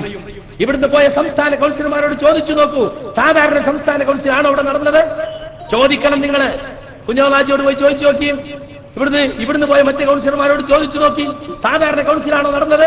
ശരിക്കും ഗുണ്ടായുസമായിരുന്നു അവിടെ നടന്നത്. കാസർകോട്ടെ പ്രവർത്തകൻ അണീറ്റുന്നപ്പോ KV അബ്ദുൽ ലത്തീഫ് മൗലവി ഇറങ്ങി പോടാ ഇവിടുന്ന്. കാരണം എന്താ, അയാൾക്ക് കോക്കസിന്റെ ആനുകൂല്യത്തിൽ സംസ്ഥാന കൗൺസിൽ സ്ഥാനം കിട്ടിയതാ. സ്വന്തം മണ്ഡലത്തിൽ കൗൺസിലറായില്ല. അപ്പൊ പിന്നെ ഫറൂഖ് മണ്ഡലത്തിൽ അയാളെ തിരികെ കയറ്റാൻ നോക്കിയപ്പോ ഫറൂഖ് എതിർത്തു. അപ്പൊ TPയുടെ മണ്ഡലം TP പറയാണ്, ഞാനൊരു വസിയത്ത് എന്ന പോലെ മൂപ്പരോട് ഏറ്റതാണ് നിങ്ങളെ കൗൺസിൽ എടുക്കാൻ. അപ്പൊ ഒരു പ്രവർത്തകൻ ചോദിച്ചു, TP ഇത് നിങ്ങളെ സ്വകാര്യ സ്വത്താണോ? നിങ്ങൾ ആളുകളെ എങ്ങനെ തിരികെ കയറ്റാൻ? വഷളായില്ല അദ്ദേഹം. എന്നിട്ട് അവർ ഉദ്ദേശിച്ച ചില ആളുകൾ കൗൺസിലിൽ വന്നിട്ടില്ല എന്ന് പറഞ്ഞ് കേന്ദ്രമിന്റെ ചരിത്രത്തിൽ ഇല്ലാത്തതാ തെരഞ്ഞെടുപ്പ് നിർത്തിവെച്ചിട്ട് പിന്നെ സമവായ ചർച്ചയിലൂടെയാണ് ഈ KVയും അതുപോലെ കാതറാജിയൊക്കെ കൗൺസിലറായത്. ഇക്കഴിഞ്ഞ കേന്ദ്രം തെരഞ്ഞെടുപ്പ് എന്ന് പറഞ്ഞ സുഹൃത്തുക്കളെ, കഴിഞ്ഞ കേന്ദ്രമിന്റെ ചരിത്രത്തിലില്ലാത്ത ഗ്രൂപ്പുകളെയും കോക്കസ് പ്രവർത്തനവും നടന്നുകൊണ്ടാണ് നടന്നത്. അങ്ങനെ ആ കൗൺസിൽ അങ്ങനെ വന്ന കൗൺസിലർമാരാ. ചില ആളുകൾ ചോദിക്കുന്നു, ഇത്രയും ആളുകൾ ഉണ്ടായിട്ട് അവരെന്തേ പ്രതികരിക്കാത്തത്? പ്രതികരണ ശേഷി ഇല്ലാത്തൊരു കൗൺസിലാക്കി മാറ്റിയിട്ടുണ്ട്. താഴെ തലം മുതൽ ഗ്രൂപ്പ് ആനുകൂല്യത്തിന്റെ പേരിൽ ഓരോരുത്തരെടുത്തെടുത്ത് കൊണ്ടുവന്നതാ. ഭൂരിപക്ഷം ഞങ്ങൾക്കുണ്ട് എന്ന് പറയാവുന്ന തരത്തിൽ. പിന്നെ ആരും ഒരു കച്ചറയും വിഷമവും വാക്കുതർക്കും ഇഷ്ടപ്പെടാത്തത് കൊണ്ട് ആളുകളുടെ ക്ഷമ കൊണ്ട് മാത്രം അത് പാസ്സാക്കിയെടുക്കുകയാണ് ചെയ്തത്. എന്തിനാണ് സുഹൃത്തുക്കളെ കൗൺസിൽ? ആലോചനാ സഭ എന്ന പേര് ചർച്ച വേണ്ടേ? ചർച്ച ഉള്ള ഇവിടെ നിങ്ങൾക്ക് അയച്ചു തരുന്ന സർക്കുലറാണ് ഇവിടെ വായിക്കുന്നത്. എന്നാ പിന്നെ സർക്കുലറിന് അയച്ചാൽ വരെ പിന്നെ ഇതിന് ആളുകളെ കോഴിക്കോട്ടേക്ക് വിളിച്ചത്? ആ കൗൺസിൽ കഴിഞ്ഞു, എന്നിട്ടും ഞാൻ ഇറങ്ങിയില്ല. അപ്പോഴേക്ക് പത്രത്തിൽ ഇങ്ങനെ വരാൻ തുടങ്ങി. കൗൺസിലിന്റെ തലേന്ന് മാധ്യമത്തിൽ വന്നു. എന്താ വന്നത്? വളരെ വ്യക്തമായി നിങ്ങളൊക്കെ വായിച്ചിട്ടുണ്ടാകും. സെപ്റ്റംബർ 1 പുറത്തിറങ്ങിയ മാധ്യമം ദിനപത്രത്തിൽ ജിന്നു വിവാദം സക്കരിയ സലാഹിയെ കേന്ദ്രം പുറത്താക്കിയെന്ന തലക്കെട്ടിൽ അതിലെന്താ ഉള്ളതെന്നറിയോ? ജിന്നുകളെ വിളിച്ചു പ്രാർത്ഥിക്കുന്നത് ബഹുദൈവാരാധന അഥവാ ശിർക്കല്ലെന്ന വാദമാണ് സക്കരിയ സലാഹിക്കെതിരെ നടപടിക്ക് വഴിവെച്ചത്. എന്നിട്ട് ഞാന് പത്രങ്ങളിൽ പോയിട്ട് എന്റെ വക പത്രക്കുറിപ്പ് കൊടുത്തു. ജിന്നുകളെ വിളിച്ചു പ്രാർത്ഥിക്കുന്നത് ശിർക്ക് തന്നെ. ജിന്നുകളോടും മലക്കളോടും പ്രാർത്ഥിക്കാനോ സഹായം തേടാനോ പാടില്ല എന്നതാണ് ഇസ്ലാഹി പ്രസ്ഥാനത്തിന്റെ നിലപാട്. അതാണ് എന്റെയും നിലപാട്. അത് കഴിഞ്ഞ് പിറ്റേന്ന് മാതൃഭൂമിയിൽ 6 കോളം വാർത്ത. അതിലെന്താ ഉള്ളത്? ജിന്നുകളോടും മലക്കളോടും സഹായം തേടൽ ശിർക്കാണെന്ന ഭാഗം അംഗീകരിക്കുന്നതായി കാണിച്ചു ഒപ്പിടാൻ സലാഹി വിസമ്മതിച്ചതാണ് ഇപ്പോഴത്തെ നടപടിക്ക് കാരണമായി പറയുന്നത്. അപ്പൊ തികച്ചും വ്യാജമായ കള്ളപ്രചരണങ്ങൾ എന്റെ പേരിൽ പത്രങ്ങളിലൂടെ നടത്തി, മുഖാമുഖങ്ങളിലൂടെ നടത്തി, എന്നെ നിഷ്കരണം പുറത്താക്കി, എന്റെ കത്തുകൾ വായിച്ചില്ല. അങ്ങനെ ഞാൻ തികച്ചും ശിർക്കിലെത്തി എന്ന് വരുത്തി തീർത്തപ്പോൾ സ്വാഭാവികമായും ഒരു മനുഷ്യൻ എന്ന നിലയ്ക്ക് ഞാൻ എന്നെ പുറത്തിറങ്ങാതെ പറ്റുമോ? ഞാൻ മരിച്ചാ മയ്യത്ത് നിസ്കരിക്കാൻ വരെ പറ്റൂല എന്നല്ലേ ഇവര് വരുത്തി തീർത്തത്. അപ്പൊ ജനങ്ങളുടെ മുമ്പിൽ എനിക്ക് പറയേണ്ടി വന്നു, സുഹൃത്തുക്കളെ, എനിക്ക് അങ്ങനെ വാദമില്ല, തനിച്ച ശിർക്കാരോപണമാണ് ഇവിടെ നടന്നത്. ഇനി നിങ്ങൾ പറയും, ഇത്രയും ഒരാൾക്ക് സംഭവിച്ചാൽ അയാൾ പിന്നെ എന്താ ചെയ്യേണ്ടത്? എന്തു ചെയ്യണം? കഴിഞ്ഞ 6 മാസം ക്ഷമിച്ചു, ഇവര് പറയുന്നതൊക്കെ കേട്ടു, എന്നിട്ട് പുറത്താക്കിയിട്ട് കൗൺസിൽ അപ്പീൽ കൊടുക്കാൻ പോലും സമ്മതിക്കാതെ, എന്നെ അറിയിക്കാതെ ശിർക്കാരോപണ സമ്മേളനം 3 സ്ഥലത്ത് നടത്തിയിട്ടാ കൗൺസിൽ നടത്തുന്നത്. പിന്നെ കൗൺസിലും എന്റെ കത്ത് വായിച്ചില്ല, എന്നിട്ട് പത്രങ്ങളിൽ കൊടുത്ത് എന്നെ അപമാനിച്ചു. ഞാൻ മര്യാദ ലംഘിച്ചു നിങ്ങൾ പറയോ? നിങ്ങളൊന്ന് പറയും, ഞാൻ മര്യാദ ലംഘിച്ചിട്ടുണ്ടോ? ഞാൻ അച്ചടക്കം ലംഘിച്ചിട്ടുണ്ടോ? ഈ 3 ശിർക്കാരോപണ സമ്മേളനത്തിൽ പങ്കെടുത്ത ആളാ TP. അദ്ദേഹമാണ് പൂനൂരിൽ വന്നിട്ടും മഞ്ചേരി എന്നൊക്കെ പറഞ്ഞ സക്കരിയ സലാഹി ഇറങ്ങിയതുകൊണ്ടാണ് ഞങ്ങൾ ഇറങ്ങിയത്. സക്കരിയ സലാഹി ഇറങ്ങിയത് സെപ്റ്റംബർ 18-നാണ് മഞ്ചേരിയിൽ ആദ്യമായിട്ട് ഇറങ്ങിയത്. ഇതെല്ലാം കഴിഞ്ഞിട്ട് നിവൃത്തി ഇല്ലാത്തത് കൊണ്ട് നിർബന്ധിതാവസ്ഥയിലാണ് സുഹൃത്തുക്കളെ ഇറങ്ങേണ്ടി വന്നിട്ടുള്ളത്. ഇവിടെ ഇറങ്ങാൻ, ഇവിടെ കടവത്തൂർ ഇങ്ങനെ വിശദീകരണം വെക്കാൻ പ്രത്യേകിച്ചൊരു കാരണം കൂടിയുണ്ട്. ഇവിടെ നമ്മളെ ഏറ്റവും അടുത്ത് പെരുമാറിയിരുന്ന അയൽവക്കത്തുള്ളവർ പോലും മുഖം തിരിച്ചു പോവുക, കണ്ടാ മിണ്ടുന്നില്ല, സലാം പറയുന്നില്ല, കുസു കുസു കുസു കുസു അപ്പുറത്തും ഇപ്പുറത്തും. എന്നിട്ടോ ശിർക്കിലേക്ക് പോയി, അയാൾ ശിർക്കിലേക്ക് പോയി. നിങ്ങൾക്ക് അങ്ങനെ വാദമുണ്ടെന്ന് എന്നോടൊന്ന് ചോദിക്കണ്ടേ? ഇത്രയും ദിവസം ഒരുമിച്ച് ജീവിച്ചവർ, തൊട്ടടുത്ത വീട്ടുകാർ ചോദിക്കുന്നില്ല. കാരണം സംഘടനാ ജ്വരം തലയിൽ കയറിയിട്ട് ആളുകൾ നടക്കുക.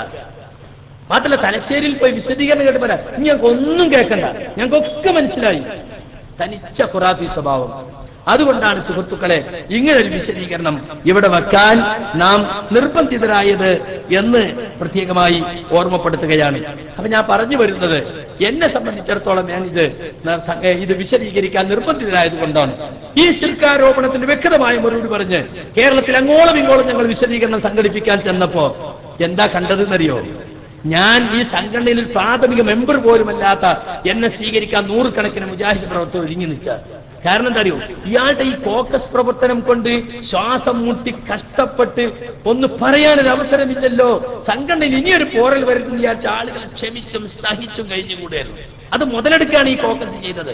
അപ്പൊ ആളുകൾ എന്നെ സ്വീകരിക്കാൻ മുന്നോട്ട് വരികയാണ്. ഇവിടെ ചില ആളുകൾ പറഞ്ഞിരുന്നല്ലോ, കടവത്തൂരിന് സക്കരിയ സലാഹിക്ക് എന്താ കോടികളെ വരുമാനമുണ്ടോ, എല്ലാ സ്ഥലത്തും ഇങ്ങനെ പരിപാടി വെക്കണം. ഞാനൊരു 10 പൈസ ഈ പരിപാടിക്കും ചെലവാക്കിയിട്ടില്ല, കഴിഞ്ഞ ഒരു പരിപാടിക്കും ചെലവാക്കിയിട്ടില്ല. എനിക്ക് പോകാനുള്ള വണ്ടിയെക്കൂലിയും കൂടിയും ആളുകൾ മുജാഹിദ് പ്രവർത്തകർ തരിക, സാധാരണ പരിപാടിക്ക് പോകുന്നത് പോലെ. അപ്പൊ മുജാഹിദുകൾ ഇത് ഏറ്റെടുത്തു കഴിഞ്ഞു. ഈ മൂവർ സംഘം സംഘടന ഹൈജാക്ക് ചെയ്ത് നടത്തിയിട്ടുള്ള ഈ ദുർവ്യാഖ്യാനങ്ങൾ ഇനി ഒരിക്കലും നിലനിൽക്കുകയില്ല. തൽക്കാലം സംഘടനയിൽ ജനാധിപത്യ രീതികളെ ദുരുപയോഗം ചെയ്ത് ഗ്രൂപ്പ് കളിച്ച് തൽക്കാലം സംഘടനാ നേതൃത്വത്തിലെത്തി എന്നല്ലാതെ ആദർശം അവരെ കൈവശമില്ല എന്ന് ബഹുഭൂരിഭാഗം മുജാഹിദ് പ്രവർത്തകരും മനസ്സിലാക്കിയിട്ടുണ്ട്. എന്തുകൊണ്ടാണ് ഈ പരിപാടികൾക്കൊക്കെ ആളുകൾ പങ്കെടുക്കുന്നത്? പങ്കെടുത്ത ആളുകൾക്കൊക്കെ കാര്യം മനസ്സിലാകുന്നുണ്ട്. അതുകൊണ്ടാ പോകരുത് കേൾക്കരുത് എന്ന് പറയുന്നത്. പങ്കെടുത്തവർക്കൊക്കെ ഇത് തനിച്ച ഗ്രൂപ്പ് കളിയാണെന്ന് മനസ്സിലായിട്ടുണ്ട്. സക്കരിയ സലാഹി ശിർക്കിലേക്ക് പോയി എന്ന് പറഞ്ഞപ്പോൾ ആളുകൾക്ക് വേഗം മനസ്സിലായി. കഴിഞ്ഞ 25 വർഷമായി തൗഹീദിന് വേണ്ടി എഴുതുകയും പ്രസംഗിക്കുകയും വാദപ്രതിവാദം നടത്തുകയും ഖണ്ഡന പ്രസംഗം നടത്തുകയും ചെയ്യുന്ന ഞാൻ ശിർക്കിലേക്ക് പോയി, പച്ചയായ ശിർക്കിലേക്ക് പോയി എന്ന് പറഞ്ഞപ്പോ ഒരു തെളിവെങ്കിലും ഉദ്ധരിക്കാൻ അവർക്ക് സാധിച്ചോ? ഒരു തെളിവിന്റെ തുണ്ടം ഉദ്ധരിക്കാൻ സാധിച്ചോ? ഇത്ര വിശദീകരണ യോഗം നടത്തിയിട്ട് വെറുതെ നാക്കു പൊട്ടിച്ച് ശിർക്ക് ശിർക്ക് ശിർക്ക് എന്ന് പറഞ്ഞ എവിടെ ശിർക്ക്, എന്ത് ശിർക്ക് പറയാൻ സാധിച്ചോ? സാധിച്ചില്ല. ഇവിടെ ഈ പരിപാടി നടത്തുന്നതിന് എന്തെല്ലാം കുപ്രചരണങ്ങൾ നടത്തി, എന്ത് കുപ്രചരണങ്ങൾ ഉണ്ടായാലും ഇൻഷാ അല്ലാഹ് ഇതുമായി മുന്നോട്ട് പോവുക തന്നെ ചെയ്യും. യാതൊരു സംശയവും വേണ്ട. വിശദീകരിക്കേണ്ടടത്തൊക്കെ വിശദീകരിക്കാൻ ഇസ്ലാഹി പ്രവർത്തകർ തയ്യാറായിരിക്കാണ്. എന്തെല്ലാം ഭീഷണിയെ ഇപ്പൊ വിചിന്തനം എടുത്തു നോക്കിയാലോ, സംഘടന പുറത്താക്കിയ ആളുടെ പരിപാടി സംഘടിപ്പിക്കുന്നവർക്കും സഹകരിക്കുന്നവർക്കും അങ്ങനെ നടപടിയായിരുന്നു, ഇങ്ങനെ നടപടിയായിരുന്നു. ആരാ ഇപ്പൊ മുജാഹിദ് പ്രസ്ഥാനം കൊണ്ട് ജീവിക്കണത്? നേതാക്കന്മാരെല്ലാം ജീവിക്കണ്ടോന്ന് അറിയില്ല. സാധാരണക്കാരൻ അവന്റെ പോക്കറ്റിൽ നിന്ന് പൈസ എടുത്തിട്ടാ മുജാഹിദ് പ്രവർത്തനം നടത്തുന്നത്. സ്വന്തം ഉമ്മാനെയും ഉപ്പാനെയും അളിയനെയും നാട്ടുകാരെയും ഒഴിവാക്കിയിട്ടാ മുജാഹിദ് പ്രസ്ഥാനത്തേക്ക് വന്ന്. പിന്നെ ഇപ്പൊ നിങ്ങളെ ബഹിഷ്കാൻ ആര് പേടിക്കാനാ? ഒരു പ്രവർത്തകൻ കണ്ണൂരിൽ വന്ന് യോഗത്തിന് വന്നിട്ട് ജില്ലാ കമ്മിറ്റി ആള് കയറാൻ പാടില്ല അങ്ങോട്ട് പറഞ്ഞു. ഓൻ പറഞ്ഞു എന്റെ അമ്മാനെ ഇപ്പാനെ ഒഴിവാക്കിയിട്ട് ചങ്ങായി ഞാൻ തിരിക്ക് വന്ന് എനിക്ക് എന്റെ 10 രൂപ മെമ്പർഷിപ്പ് പോടാ. അവൻ കയറിയിരുന്നു, കാര്യം കേട്ടു, സംഗതി മനസ്സിലായി. സംഗതികൾ ആളുകൾക്ക് മനസ്സിലാകുന്നുണ്ട്. എവിടുത്തെ എന്റെ മുതിർന്ന KNM-ന്റെ പ്രവർത്തകരോട് പറയാനുള്ളത്, നിങ്ങൾ ഈ കോക്കസിൽപ്പെട്ടിട്ട് ഇനിയും ഈ കടവത്തൂരിൽ ഒരു ഛിദ്രത നിങ്ങൾ ഉണ്ടാക്കരുത്. ഈ കടവത്തൂരിൽ ഒരു ഛിദ്രത ഉണ്ടാക്കരുത് നിങ്ങൾ. അത് ഞാൻ ഓർമ്മപ്പെടുത്തുകയാണ്. ഒരു പ്രശ്ന യഥാർത്ഥത്തിലില്ല. കൽപ്പിച്ചു കൂട്ടി ശിർക്കാരോപണം നടത്തി ഒരു വിഭാഗത്തെ മാറ്റി നിർത്തി തനിച്ച ഗ്രൂപ്പുകളിലൂടെ സംഘടനയും സ്ഥാപനങ്ങളും കൈക്കലാക്കുക എന്ന ദുരുദ്ദേശം മാത്രമാണ് സുഹൃത്തുക്കളെ ഇതിന്റെ പിന്നിലുള്ളത്. അത് നിങ്ങൾ മനസ്സിലാക്കണം. സുഹൃത്തുക്കളെ, ഒരു ജിന്നിനോടും ഒരു മലക്കിനോടും ഒരു സഹായം ചോദിക്കണം ആർക്കും ഇവിടെ വാദല്ല. എനിക്കും വാദല്ല, മുജാഹിദുകൾ ആർക്കും വാദല്ല. ഭൗതികമെന്നോ അഭൗതികമെന്നോ, കൈവിൽപ്പെട്ടതെന്നോ കൈവിൽപ്പെടാത്തതെന്നോ, ഹാളിറായ ജിന്നിനോടോ ഗായിബാദ് ഒരു ജിന്നിനോടും ഒന്നും ചോദിക്കാൻ പാടില്ല. ഞാനല്ലേ നിങ്ങളെ മുമ്പിൽ നിൽക്കുന്നത്? എന്നെ കുറിച്ചല്ലേ ആരോപണം? ഞാനിതാ പറയുന്നു, എനിക്കങ്ങനെ വാദമില്ല. ഉണ്ടെങ്കിൽ തെളിയിക്കൂ നിങ്ങൾ. ഞാൻ പ്രസംഗിച്ചത് കൊണ്ടുവാ, ഞാൻ എഴുതിയത് കൊണ്ടുവാ. പച്ചയായ ശിർക്ക് സാധാരണക്കാരെ മുമ്പിലിരുത്തി തെറ്റിദ്ധരിപ്പിക്കുന്നത് പണ്ഡിതന്മാർ. എന്നിട്ട് റാൻമൂളികളായി ചില ആളുകൾ അപ്പുറം നോക്കാതെ ഓലൊക്കെ വലിയ വലിയ കൂട്ടരല്ലേ, ഓല പറഞ്ഞാൽ തെറ്റുണ്ടാവില്ലല്ലോ എന്നും പറഞ്ഞിട്ട് പിന്നാലെ കൂടുന്ന സ്വഭാവം ഇതൊരു മുജാഹിദിന് യോജിച്ചതാണോ?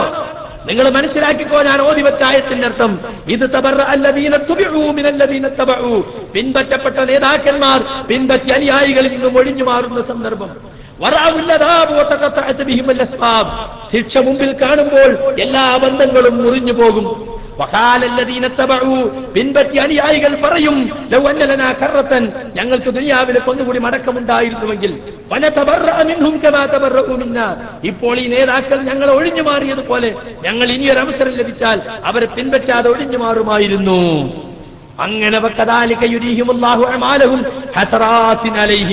അങ്ങനെ അവർ ചെയ്ത പ്രവർത്തനങ്ങളെല്ലാം അവർക്ക് ഖേദമായി അല്ലാഹു കാണിച്ചു കൊടുക്കും.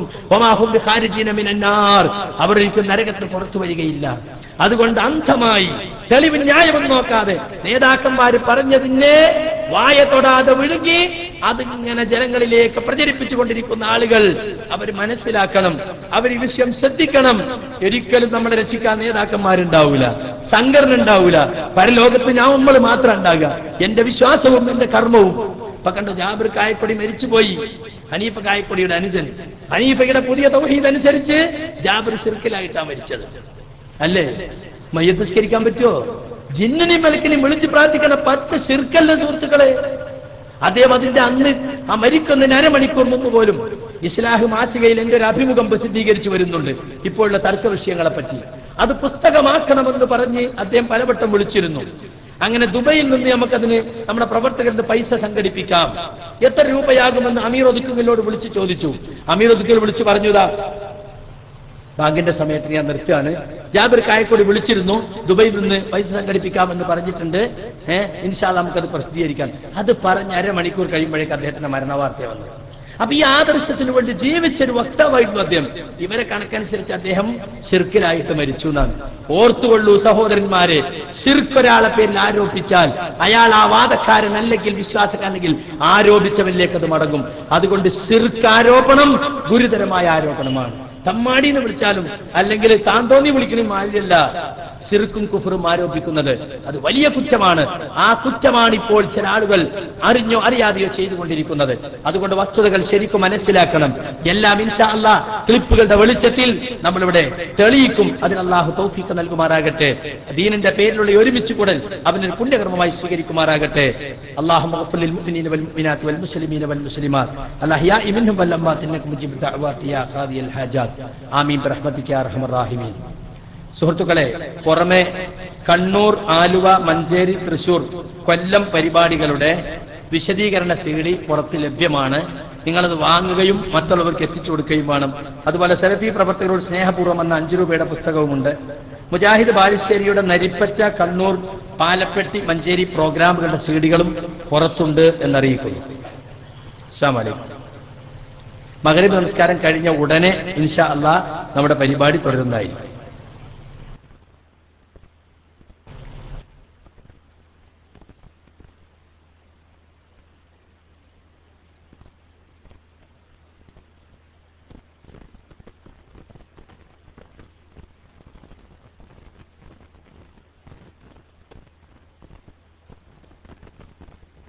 ഒരു പ്രശ്നമാണ്. ഞാൻ കുറച്ചു ദിവസം മുമ്പ് ഒരു വീട്ടിലൊരു ആവശ്യത്തിന് ചെന്നപ്പോ അവിടെയുള്ള ഒരു ഉമ്മ എന്നെ കണ്ടപ്പോ ഒരു സംശയം ചോദിക്കട്ടെ എന്ന് ചോദിച്ചു. എന്താ? അപ്പൊ അവർ പറയുന്നത്, ഒരു പുസ്തകമുണ്ട്, ചെറിയ കൊച്ചു പുസ്തകം അവരുടെ കയ്യിൽ. ആ പുസ്തകം കൊണ്ടുവന്നിട്ട് പറയാൻ, ഇതില് കുറെ പ്രാർത്ഥനകൾ കാണാനുണ്ട്, ഇത് അങ്ങനെ ഇങ്ങനെയൊക്കെയുള്ള പ്രാർത്ഥന ഉണ്ട്, ഇതൊക്കെ ഉള്ളതാണോ? അപ്പൊ ജസ്റ്റ് നോക്കുമ്പോ അതില് പലതും നമുക്ക് കേട്ട് പരിചയമില്ലാത്തതും മാത്രമല്ല പലതും ദുർബലമായതുമാണ്, പലതും ഇസ്ലാമിക വിരുദ്ധമായ സംഗതികളും ഉണ്ട് അതില്. അപ്പൊ ഞാൻ പറഞ്ഞു, ഇതൊന്നും ഉള്ളതാവൂല, ഇത് നിങ്ങൾ ചെയ്യാൻ പാടില്ല, നിങ്ങൾ സ്വഹീഹായ ഹദീസുകളിൽ വന്നതേ നിങ്ങൾ പ്രാർത്ഥിക്കാൻ പാടുള്ളൂ, ഇത് ഏത് പുസ്തകം എവിടെ കിട്ടി? അപ്പൊ ഈ ഉമ്മ പറയാണ്, ഇത് നിങ്ങൾ വിചാരിച്ച മാതിരി ഇതൊരു ഭയങ്കര പണ്ഡിതന്റെ പുസ്തകമാണ്. അപ്പൊ ഏതാ പണ്ഡിതൻ? അദ്ദേഹം ചാനലുകളിലൊക്കെ ചോദ്യത്തിന് മറുപടി പറയലുണ്ട്. അതായത് നേരത്തെ പാളയംപള്ളിയിൽ ഇമാമായിരുന്ന ഒരു പണ്ഡിതനാണ്, ഇരുന്ന് പോയിക്കാണ്. അദ്ദേഹത്തിനോട് ഏത് വിഷയത്തിൽ ചോദിച്ചാലും മറുപടി ഉണ്ട്. മാത്രമല്ല, ഞാൻ ഒരുപാട് ക്ലാസ് അദ്ദേഹത്തിന്റെ ഇതിൽ കേൾക്കാറുണ്ട്. അപ്പൊ അദ്ദേഹത്തിന് ഇപ്പൊ തെറ്റ് പറ്റൂ? ഇതാണ് വിഷയം. ആലോചിച്ച് നോക്കി നിങ്ങൾ. അങ്ങനെയുള്ള ഒരു സാഹചര്യത്തിലേക്ക് ഒരിക്കലും തന്നെ മുസ്ലിമീങ്ങളെ സംബന്ധിച്ചിടത്തോളം അന്ധമായ ഒരവസ്ഥയിലേക്ക് പോകാൻ പാടില്ല. എന്നാൽ ഒരാളൊരു കാര്യം പറഞ്ഞാൽ ആ പറഞ്ഞ കാര്യം പ്രമാണത്തിനോട് യോജിക്കുമോ ഇല്ലേ, ഇതാണ് നമ്മൾ പരിശോധിക്കേണ്ടത്. അത് പരിശോധിച്ചുകൊണ്ടാണ് ആളുകളുടെ വാക്കുകളെ നമ്മൾ പരിഗണിക്കുന്നത്. ആളുകളുടെ വാക്കുകളെ പരിഗണിക്കുന്നതും പരിഗണിക്കാതിരിക്കുന്നതും ആ ആളുടെ വലുപ്പവും ചെറുപ്പവും പരിഗണിച്ചുകൊണ്ടല്ല, ആ പറഞ്ഞ വാക്ക് പ്രമാണങ്ങളോട് യോജിക്കുന്നുണ്ടോ ഇല്ലേ, ഇതാണ് നമ്മൾ പരിശോധിക്കേണ്ടത്. അത് പരിശോധിച്ചുകൊണ്ടാണ് കാര്യങ്ങൾ സ്വീകരിക്കേണ്ടത്. അങ്ങനെ സ്വീകരിക്കുമ്പോൾ പ്രമാണങ്ങൾക്ക് എതിരായി നിൽക്കാൻ നമുക്കൊരിക്കലും സാധ്യമാവുകയില്ല. അപ്പൊ സുഹൃത്തുക്കളെ, ഈ 4 കാര്യം നിങ്ങളുടെ മനസ്സിലുണ്ടാകണം. പ്രമാണങ്ങളിൽ നിന്ന് മനുഷ്യർ അകന്നു പോകുന്ന ഒരു പ്രശ്നം ഈ 2-3-4 മേഖലകളാണ്.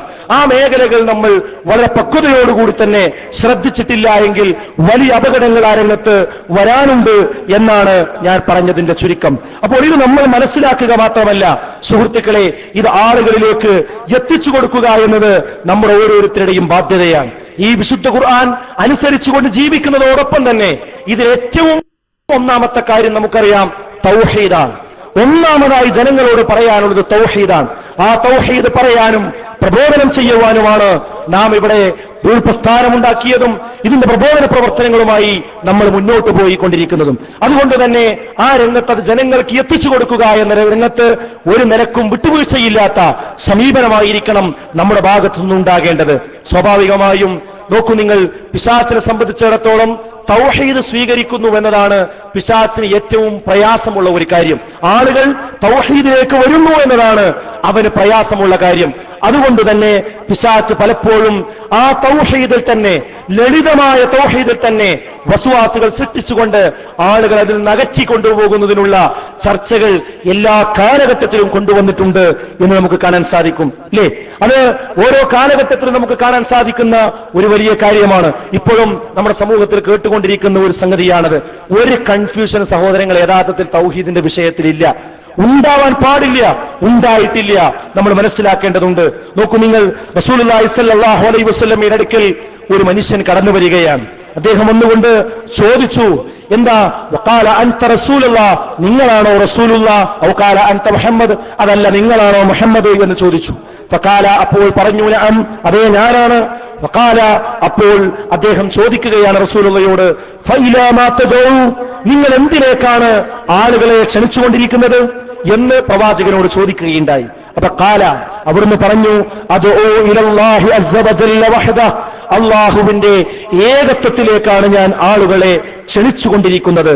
മൻ ഇദാ കാന ബിക ളുർറുൻ ഫദഅഉതഹു കശഫഹു അൻക, രണ്ടാമത് റസൂലുള്ള പറഞ്ഞു, നിങ്ങൾക്ക് എന്തെങ്കിലും മുറ് ബാധിച്ചാൽ നിങ്ങൾ അല്ലാഹുവിനോട് പ്രാർത്ഥിക്കുക, അവൻ നിങ്ങൾക്ക് ാക്കി തരും. വമൻ ഇദാ അസ്വാബക മുസ്നത്തിൻ, ഇനി നിങ്ങൾക്കൊരു വർഷത്തിൽ വല്ല വരൾച്ചയും ഉണ്ടായാൽ ഫദഔതഹു അംബതലക, അവൻ നിങ്ങൾക്ക് സസ്യങ്ങളെ മുളപ്പിച്ചു നൽകും, അവനോട് നിങ്ങൾ പ്രാർത്ഥിച്ചാൽ. വമൻ ഇദാ കുൻത ഫീ അർദിൻ ഖഫിരിൻ, ഒരു വിജനമായ മരുഭൂമിയിൽ അല്ലെങ്കിൽ ഒറ്റപ്പെട്ട ഒരു സ്ഥലത്താണ് നിങ്ങൾ എത്തിപ്പെട്ടതെങ്കിൽ, എന്നിട്ട് ഫാദിലൽത്ത നിങ്ങൾ വഴിതെറ്റുകയും ചെയ്തു, നിങ്ങളുടെ സവാരി മൃഗം നഷ്ടപ്പെട്ട് ദിക്കേതാണെന്നറിയാതെ നിങ്ങൾ പ്രയാസത്തിലാവുകയും ചെയ്താൽ നിങ്ങൾ അല്ലാഹുവോട് വിളിച്ചാൽ, അല്ലാഹുവോട് പ്രാർത്ഥിച്ചാൽ, റദ്ദ അലൈക്, അല്ലാഹു നിങ്ങൾക്ക് നിങ്ങളുടെ വാഹനത്തെ തിരിച്ചു നൽകും, നിങ്ങളുടെ വഴിയെ അവൻ തിരിച്ചു നൽകും. ഖാല ഫഅസ്ലമ റജുലുൻ, അത്രയും കേട്ടപ്പോൾ ആ മനുഷ്യൻ മുസ്ലിമായി മടങ്ങിപ്പോയി എന്നതാണ്. 5 കാര്യങ്ങൾ സുഹൃത്തുക്കളെ ഇതിൽ നിന്ന് നമുക്ക് തിരിച്ചറിയാൻ കഴിയും. 1, ഇസ്ലാമിന്റെ അടിസ്ഥാനം തൗഹീദാണ്. ആദ്യം പറയേണ്ടത് തൗഹീദാണ്. 2, ഏത് ബുദ്ധിമുട്ട് വന്നാലും അല്ലാഹുവോടാണ് പ്രാർത്ഥിക്കേണ്ടത്. 3, പ്രകൃതിപരമായ എന്തെങ്കിലും പ്രയാസങ്ങൾ സംഭവിച്ചാലും അല്ലാഹുവോടാണ് പ്രാർത്ഥിക്കേണ്ടത്. 4, ഏതെങ്കിലും വിജനമായ ഒരു സ്ഥലത്ത് നിങ്ങൾ എത്തിപ്പെട്ടാൽ നിങ്ങൾ പ്രാർത്ഥിക്കേണ്ടത് അല്ലാഹുവിനോടാണ്. ഒരിക്കലും തന്നെ അവിടെ ഇബാദല്ലാഹ് എന്നല്ല വിളിക്കേണ്ടത്, അല്ലാഹ് എന്നാണ് വിളിക്കേണ്ടത്. പടപ്പുകളെ എന്നല്ല വിളിക്കേണ്ടത്, പടച്ചോനെ എന്നാണ് വിളിക്കേണ്ടത് എന്ന് ഈ ഹദീസിൽ നിന്ന് നമുക്ക് മനസ്സിലാകും. 5ാമത്തെ കാര്യം, ഇത്രയും കേട്ടപ്പോൾ ആ വ്യക്തിക്ക് ആ കാര്യം മനസ്സിലായി, അയാൾ മുസ്ലിമായി തിരിച്ചുപോയി എന്നാണ്. എന്താ അതിന്റെ അർത്ഥം? ഇത്ര ലളിതമായി പറഞ്ഞു കൊടുക്കാൻ സാധിക്കുന്ന ഒരു കാര്യമാണ് തൗഹീദ് എന്ന് പറയുന്നത്, ഇസ്ലാമിലെ ഏകദൈവ വിശ്വാസം എന്ന് പറയുന്നത്. ഇയ്യാക നഅ്ബുദു വ ഇയ്യാക നസ്തഈൻ, നിന്നെ മാത്രം ഞങ്ങൾ ആരാധിക്കുന്നു, നിന്നോട് മാത്രം ഞങ്ങൾ സഹായം തേടുന്നു എന്ന ഈ ആശയം ഒരിക്കലും തന്നെ ആശയക്കുഴപ്പമുള്ളതല്ല, വളരെ വ്യക്തമായ കാര്യമാണ് എന്ന് നമ്മൾ മനസ്സിലാക്കേണ്ടതുണ്ട്. ഏതൊരു സന്ദർഭത്തിലും പടച്ചതമ്പുരാനോട് മാത്രമേ പ്രാർത്ഥിക്കാൻ പാടുള്ളൂ, അതുപോലെ തന്നെ സഹായം തേടാൻ പാടുള്ളൂ എന്ന് കൃത്യമായി ഇവിടെ പ്രബോധനം ചെയ്തുകൊണ്ടിരിക്കുന്ന ഒരു സംഘടനയാണ് മുജാഹിദ് പ്രസ്ഥാനം എന്ന് നമുക്കറിയാം. അത് ഒരിക്കലും തന്നെ മറ്റുള്ള ഏതെങ്കിലും ശക്തികളോടോ വ്യക്തികളോടോ, അത് മുഹിയുദ്ദീൻ ശൈഖാകട്ടെ, ബദരീങ്ങളാകട്ടെ, അതുപോലെ മരിച്ചുപോയ മഹാന്മാരാകട്ടെ, അവരോട് ഒരു നിലക്കുള്ള പ്രാർത്ഥനയോ ഒരു നിലക്കുള്ള സഹായനട്ടമോ പാടില്ല എന്നതിൽ യാതൊരു തർക്കത്തിനും അവകാശമില്ല. അത് നമ്മൾ കാണാത്ത മലക്കാകട്ടെ ജിന്നാകട്ടെ അതിനോടും തന്നെ യാതൊരു നിലക്കുള്ള തേട്ടവും ഒരു രൂപത്തിലും ഒരു മുസ്ലിമിനെ സംബന്ധിച്ചിടത്തോളം പാടില്ലാത്തതാണ്. അത് ഭൗതികമായാലും അഭൗതികമായാലും, അത് അവരുടെ കഴിവിൽപ്പെട്ടതായാലും അല്ലാത്തതായാലും, ഏത് വിഷയത്തിലുള്ളതാണെങ്കിലും ഒരു നിലക്കും ഒരു മനുഷ്യൻ ഒരു മലക്കിനോടാകട്ടെ ജിന്നിനോടാകട്ടെ ഒന്നും ചോദിക്കാൻ പാടില്ല എന്നു തന്നെയാണ് അഹ്ലുസുന്നത്തി വൽ ജമാഅ ഇത്രയും കാലമായി ഇവിടെ പഠിപ്പിച്ചുകൊണ്ടിരിക്കുന്നതും പറഞ്ഞുകൊണ്ടിരിക്കുന്നതും ഇപ്പോഴും പറഞ്ഞുകൊണ്ടിരിക്കുന്നതും എന്ന് നമ്മൾ മനസ്സിലാക്കേണ്ടതുണ്ട്. ആ വയനാട് ചുരത്തിന്റെ മുകളിൽ നിന്ന് താഴേക്ക് വീണാൽ, വണ്ടിയുടെ ബ്രേക്ക് പോയി താഴേക്ക് വീണാൽ, ഈ അടുത്ത് എനിക്കൊരു മെസ്സേജ് വരികയുണ്ടായി. ആ മെസ്സേജിൽ ഒരു സഹോദരൻ എഴുതിയിരിക്കുകയാണ്, എന്താ, അവിടെ നിന്ന് താഴേക്ക് വണ്ടി വീണാൽ 5 വിളികളിൽ ഇനി 2 വിളി മാത്രമേ 2 വിളി അല്ലാത്തതൊക്കെ ശിർക്ക്, 2 വിളി ശിർക്കല്ല, 3 വിളി മാത്രമേ ശിർക്കുള്ളൂ എന്നാണ്. ഞാൻ അദ്ദേഹം എഴുതിയാണെന്ത്, അതിലൊന്ന് അല്ലാഹുവേ കാക്കണേ, അത് ശിർക്കല്ല. പിന്നെ രണ്ടാമത് പറഞ്ഞ എന്താ, ജിന്നെ കാക്കണേ, അതും ശിർക്കല്ല. നോക്കൂ നിങ്ങൾ, എന്താ ഇതിന്റെ അവസ്ഥ? എന്നിട്ട് പറയാ ഗുരുവായൂരപ്പ കാക്കണേ എന്ന് പറഞ്ഞാൽ ശിർക്കാണ്, അതുപോലെ തന്നെ മദരീങ്ങളെ കാക്കണേ എന്ന് പറഞ്ഞാൽ ശിർക്കാണ്, യേശുവെ കാക്കണേ എന്ന് പറഞ്ഞാൽ ശിർക്കാണ് എന്ന രൂപത്തിലാണ് അദ്ദേഹത്തിന്റെ മെസ്സേജ് ഉള്ളത്. സഹോദരങ്ങളെ, ഞാനത് എനിക്ക് എത്തിച്ചു തന്ന സുഹൃത്തിനെ വിളിച്ചു. അപ്പൊ അദ്ദേഹത്തിന് വേറെ ഒരാൾ കൊടുത്തതാണെന്ന് പറഞ്ഞു. അപ്പൊ അദ്ദേഹത്തെ വിളിച്ചു ചോദിച്ചപ്പോ പറയാ, ഇവിടെ അങ്ങനെയല്ലേ ഇവിടെ പലപ്പോഴും ഈ പ്രസംഗങ്ങളിലൊക്കെ ആളുകൾ പ്രചരിപ്പിക്കുന്നത്. എന്ത്, ഈ മലയുടെ മുകളിൽ നിന്ന് അല്ലെങ്കിൽ ചുരത്തിന്റെ വളവിൽ നിന്ന് വീഴുമ്പോൾ ഗുരുവായൂരപ്പ രക്ഷിക്കണേ, യേശുക്രിസ്തുവെ കാക്കണേ എന്നതുപോലെ ജിന്നെ കാക്കണേ എന്ന് പറഞ്ഞാൽ അത് ശിർക്കല്ല എന്നാണ്. ആര് പറഞ്ഞു സുഹൃത്തേ? ഇത് അത് ശിർക്കാണ്, പച്ച ശിർക്കാണ്. ഗുരുവായൂരപ്പ രക്ഷിക്കണേ, ബദരീങ്ങളെ കാക്കണേ എന്നതുപോലെ ആ ഒരു സ്ഥലത്ത് നിന്ന് ജിന്നെ കാക്കണേ എന്ന് വിളിച്ചാൽ അത് ശിർക്കാണ്, അത് കുഫറാണ് എന്ന കാര്യത്തിൽ ആർക്കും ഇവിടെ തർക്കമില്ല, ആർക്കും ഇവിടെ സംശയമില്ല. അപ്പൊ സംഭവം എന്താ? ഇങ്ങനെ ഒരു സംഗതി ഉണ്ട് എന്ന് വരുത്തുന്നതിന് വേണ്ടി ഇത്തരം കൃത്രിമമായ മെസ്സേജുകൾ കെട്ടിയുണ്ടാക്കി അയക്കുകയും അങ്ങനെയുള്ള ഒരു അവസ്ഥ ഇവിടെ സംസാരമായിട്ടുണ്ടെന്ന് വരുത്തി തീർക്കുകയും ചെയ്യുന്ന ഒരു സാഹചര്യം ഇവിടെ നിലവിലുണ്ട്. ഞാനിത് എന്റെ അനുഭവത്തിൽ നിന്നാണ് പറയുന്നത്. ഇത് ഈ രീതിയിൽ നിസ്സാരമായി കാണാൻ കഴിയുന്ന ഒരു കാര്യമല്ല സഹോദരങ്ങളെ. മുജാഹിദുകൾ എന്ന് പറഞ്ഞാൽ തൗഹീദിൽ ഊട്ടപ്പെട്ടവരാണവർ, ശിർക്കിനെതിരിൽ പടനയിച്ചവരാണവർ, ശിർക്കിനെതിരിൽ ജീവിതം ഒഴിഞ്ഞു വെച്ചവരാണവർ, വീട്ടിൽ നിന്ന് എറിഞ്ഞോടിക്കപ്പെട്ടവരാണവർ. ഈ ശിർക്കിനെതിരിൽ പ്രവർത്തിച്ചതിന്റെ പേരിൽ, തൗഹീദിന് വേണ്ടി പ്രവർത്തിച്ചതിന്റെ പേരിൽ വീട്ടിൽ നിന്നും നാട്ടിൽ നിന്നും കുടുംബത്തിൽ നിന്നും അകറ്റി നിർത്തപ്പെട്ടവരാണവർ. അത്തരം ആളുകളെ സംബന്ധിച്ചിടത്തോളം നോക്കൂ നിങ്ങൾ, ഇങ്ങനെ ഒരു സംശയത്തിന്റെ നിഴലിൽ ആളുകളെ നിർത്തി പറ്റു പല കാര്യങ്ങളും നടത്തിക്കൊണ്ടുപോവുക എന്നത് ഒരിക്കലും തന്നെ സഹിക്കാൻ കഴിയാത്തതാണ്. ഞാൻ ഈ വായിച്ച ഹദീസ് ഉണ്ടല്ലോ, ഈ ഹദീസ് ഞാനൊരു വെള്ളിയാഴ്ച ഒരു ഖുതുബയിൽ സൂചിപ്പിച്ചു. ഖുതുബയിൽ പറഞ്ഞു, ഖുതുബ കഴിഞ്ഞിറങ്ങിയപ്പോ ഒരുപാട് ആളുകൾ, പ്രത്യേകിച്ചും ഇതിൽ നിന്ന് ഇറങ്ങിപ്പോയ മടവൂരി സുഹൃത്തുക്കൾ, അവർ വന്നുകൊണ്ട് കൈ തരികയാണ്. കൈ തന്നിട്ട് പറയാ, അൽഹംദുലില്ലാ, അൽഹംദുലില്ലാ, സമാധാനായി, സന്തോഷായി. നിങ്ങൾ ആ കൂട്ടത്തിലല്ലേ? നിങ്ങൾ ആ കൂട്ടത്തിലല്ലേ? ഏത് കൂട്ടത്തിൽ? ഞാൻ ചോദിച്ചു, ഏത് കൂട്ടത്തിൽ? അല്ല, ഈ ജിന്നിനോട് പ്രാർത്ഥിക്കാന്ന് പറയുന്ന കൂട്ടം? അപ്പൊ ഞാൻ ചോദിച്ചു, ഞാൻ എവിടെയാ പറഞ്ഞത്? അല്ല, നിങ്ങളെ പറ്റിയൊക്കെ ഒരു വർത്തമാനം പടങ്ങൾ നടക്കുന്നുണ്ട്, ഒരു സംസാരം പടങ്ങൾ നടക്കുന്നുണ്ട്. ആരാണ് സഹോദരങ്ങളെ ഈ സംസാരം ഇവിടെ ഇറക്കിവിട്ടത്? ആലോചിക്കണം നമ്മൾ, ആരാണ് ഇറക്കിവിട്ടത്? ഇങ്ങനെ ഒരു സംസാരമുണ്ടത്രേ. എവിടെയെങ്കിലും നമ്മൾ വായിച്ചെഴുതിയോ? എവിടെയെങ്കിലും ഞാൻ പ്രസംഗിച്ചതാരെങ്കിലും കേട്ടോ? ഇല്ല. ആദ്യം തന്നെ ഇങ്ങനെയുള്ള സംശയത്തിന്റെ വിത്തുകൾ കാതുകളിൽ നിന്ന് കാതുകളിലേക്ക് പറഞ്ഞു കൊടുക്കുകയും അതിൽ നിഷ്കളങ്കരായ തൗഹീദിന് വേണ്ടി പടപെട്ടുന്ന പ്രത്യേകിച്ച് നമ്മുടെ സുഹൃത്തുക്കൾക്കിടയിൽ സ്വകാര്യമായി കുത്തിവെക്കുകയും അവരത് സ്വീകരിക്കുകയും അത് സത്യമാണെന്ന് വിശ്വസിക്കുകയും എന്നിട്ട് ആ രൂപത്തിൽ പെരുമാറുകയും ചെയ്യുക. സഹോദരങ്ങളെ, ഇങ്ങനെ ആളുകളെ പരസ്പരം തമ്മിലടിപ്പിക്കുകയും ആളുകളെ പരസ്പരം കലാപത്തിലേക്ക് കൊണ്ടുപോവുകയും ചെയ്യുന്നതിന്റെ പിന്നിൽ എന്താണ് ലക്ഷ്യമുള്ളത്? എന്താണ് ഇതിന്റെ നിഗൂഢതയുള്ളത്? ഇത് പുറത്തു കൊണ്ടുവരിക തന്നെ ചെയ്യും. ഇത് പുറത്തു കൊണ്ടുവരിക തന്നെ ചെയ്യും. കാരണം തൗഹീദുള്ള ഈ തൗഹീദിന് വേണ്ടി രാപ്പകരം ധ്വാനിച്ചുകൊണ്ടിരിക്കുന്ന ഒരാളെയല്ല, ഒരുപാട് ആളുകളെ ഈ രൂപത്തിൽ ഒരു സംശയത്തിന്റെ നിഴലിൽ നിർത്തിക്കൊണ്ട് ആളുകളുടെ ചെവിയിൽ നിന്ന് ചെവിയിലേക്ക് ഇതുപോലെയുള്ള ആരോപണങ്ങൾ കുത്തിവെക്കുകയും. എന്നാൽ സഹോദരങ്ങൾ, ഇങ്ങനെ ആവുമ്പോ ബൈക്കുമ്പോൾ നമുക്ക് രാത്രി പോകാൻ കഴിയോ? നമ്മൾ ഇഷ്ടപ്പെട്ടിരുന്ന സുഹൃത്തുക്കളുടെ കൂടെ നമുക്ക് ചായ കുടിക്കാൻ കഴിയില്ല. കാരണം എന്താ? അത്രക്ക് മനസ്സിനെ അകറ്റി മാറ്റുന്ന ഒരു പ്രവർത്തനം ഇവിടെ നടന്നുകൊണ്ടിരിക്കുന്നുണ്ട് എന്നതിന്റെ ഉദാഹരണമാണ് ഞാൻ ഈ പറഞ്ഞത്. 2-3 കുട്ടികൾ കഴിഞ്ഞ ദിവസം എന്നോട് ചില കാര്യങ്ങൾ സംസാരിച്ചു. അത് സംസാരിച്ച് തിരിച്ചുപോയി. അവരെ വഴിയിൽ വെച്ച് കണ്ട ഒരു സുഹൃത്ത് എവിടുന്നാ വരുന്നത് ചോദിക്കും. അപ്പൊ പറഞ്ഞ മറുപടി എന്താ? ഞാൻ ജിന്നിന്റെ അടുത്ത് പോയതാണെന്ന്.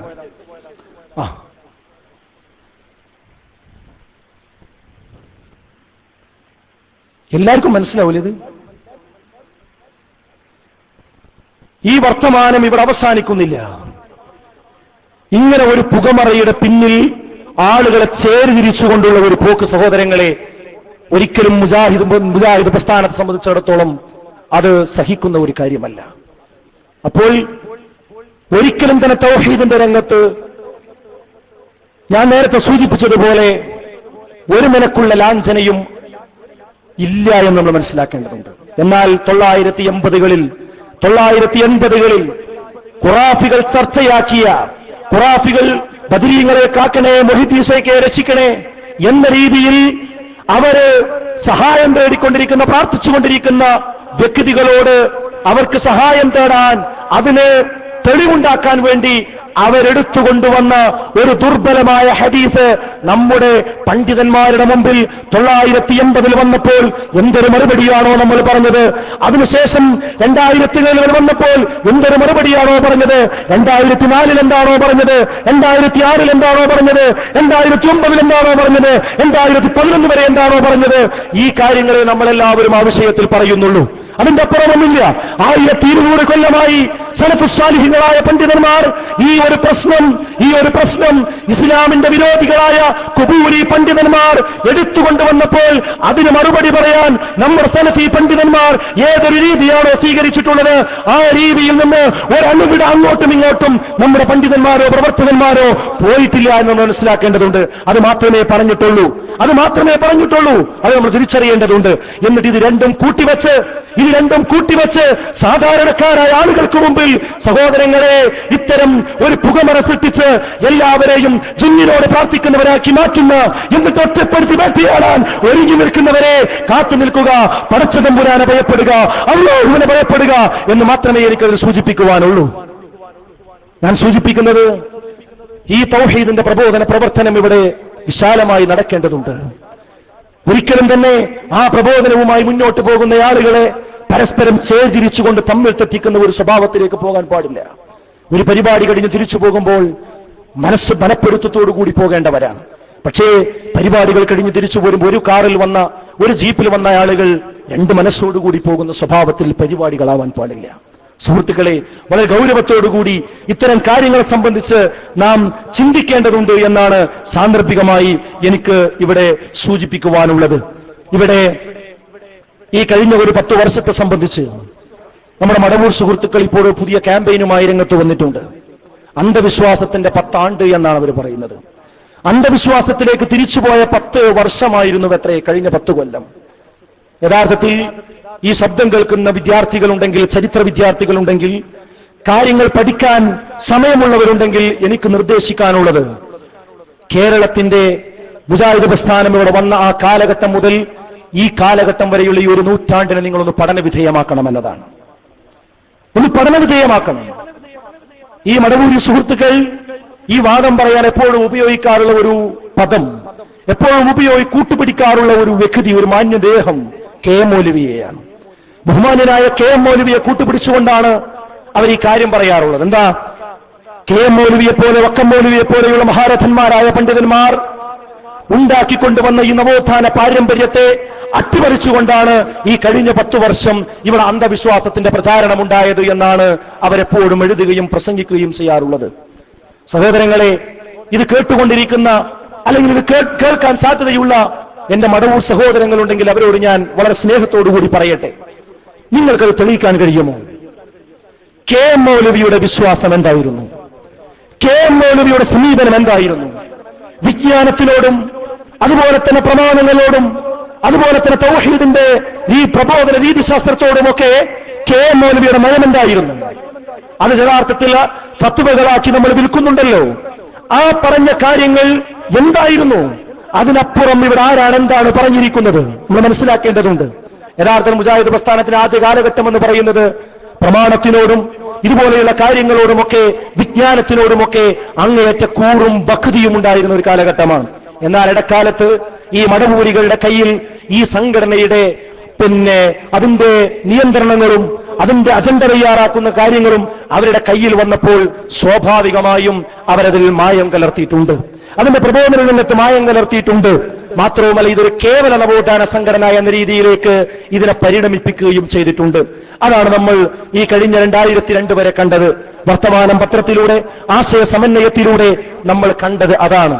അതിലേക്ക് എത്തിച്ചത് സാംസ്കാരിക ലോകവുമായി ഒരു പാലം കെട്ടുക എന്ന രീതിയിൽ മതത്തിനോടും മതപരമായ കാര്യങ്ങളോടും വിജ്ഞാനത്തിനോടുമൊക്കെ ഒരു അവഗണനയുള്ള ഒരു സമീപനം ഉണ്ടാക്കുകയും എന്നിട്ട് ആ ഭാഗത്തേക്ക് ഇത്തരം ബുദ്ധിജീവികളെയും സുകുമാർ അഴീക്കോടിനെ പോലെയുള്ള MP മുഹമ്മദിനെ പോലെയുള്ള MP ഹാഫിസ് മുഹമ്മദിനെ പോലെയുള്ള ആളുകളെ ആനയിച്ചു കൊണ്ടുവരികയും അവരെ നമ്മുടെ ഖതീബുമാർക്ക് ക്ലാസ് എടുക്കുവാനും അതുപോലെ തന്നെ നമ്മുടെ പ്രധാനപ്പെട്ട കൗൺസിലുകളിലും അതുപോലെയുള്ള ചർച്ചാ വേളകളിലുമൊക്കെ അവർക്ക് മുഖ്യമായ സമയം അനുവദിക്കുകയും അവർ പറഞ്ഞു വെച്ച ചില വികലമായ ചിന്തകൾക്ക് അധ്യക്ഷനും സ്വാഗത ഭാഷണം നടത്തുന്നവരും രൂപരേഖ അവതരിപ്പിക്കുന്നവരുമൊക്കെ ഇവരുടെ പദപ്രയോഗങ്ങളെ കോട്ട് ചെയ്യുകയും എന്നിട്ട് നമ്മൾ ചിന്തിക്കേണ്ടത് ഈ ഒരു തരത്തിലേക്കാണെന്ന് പറഞ്ഞുകൊണ്ട് അങ്ങനെ ഒരു സാംസ്കാരികമായ വേറെ ഒരു രീതിയിലേക്കുള്ള നവോത്ഥാനത്തിലേക്ക് ഇടക്കാലത്ത് ഇതിനെ പിടിച്ചുവലിക്കാനുള്ള ശ്രമങ്ങൾ ഉണ്ടായിട്ടുണ്ട് എന്ന് തിരിച്ചറിഞ്ഞവരാണ് നമ്മൾ. ആ സമയത്ത് മതം കൈകാര്യം ചെയ്തതാരാ? അബ്ദുസലാം സുല്ലമിയാണ്.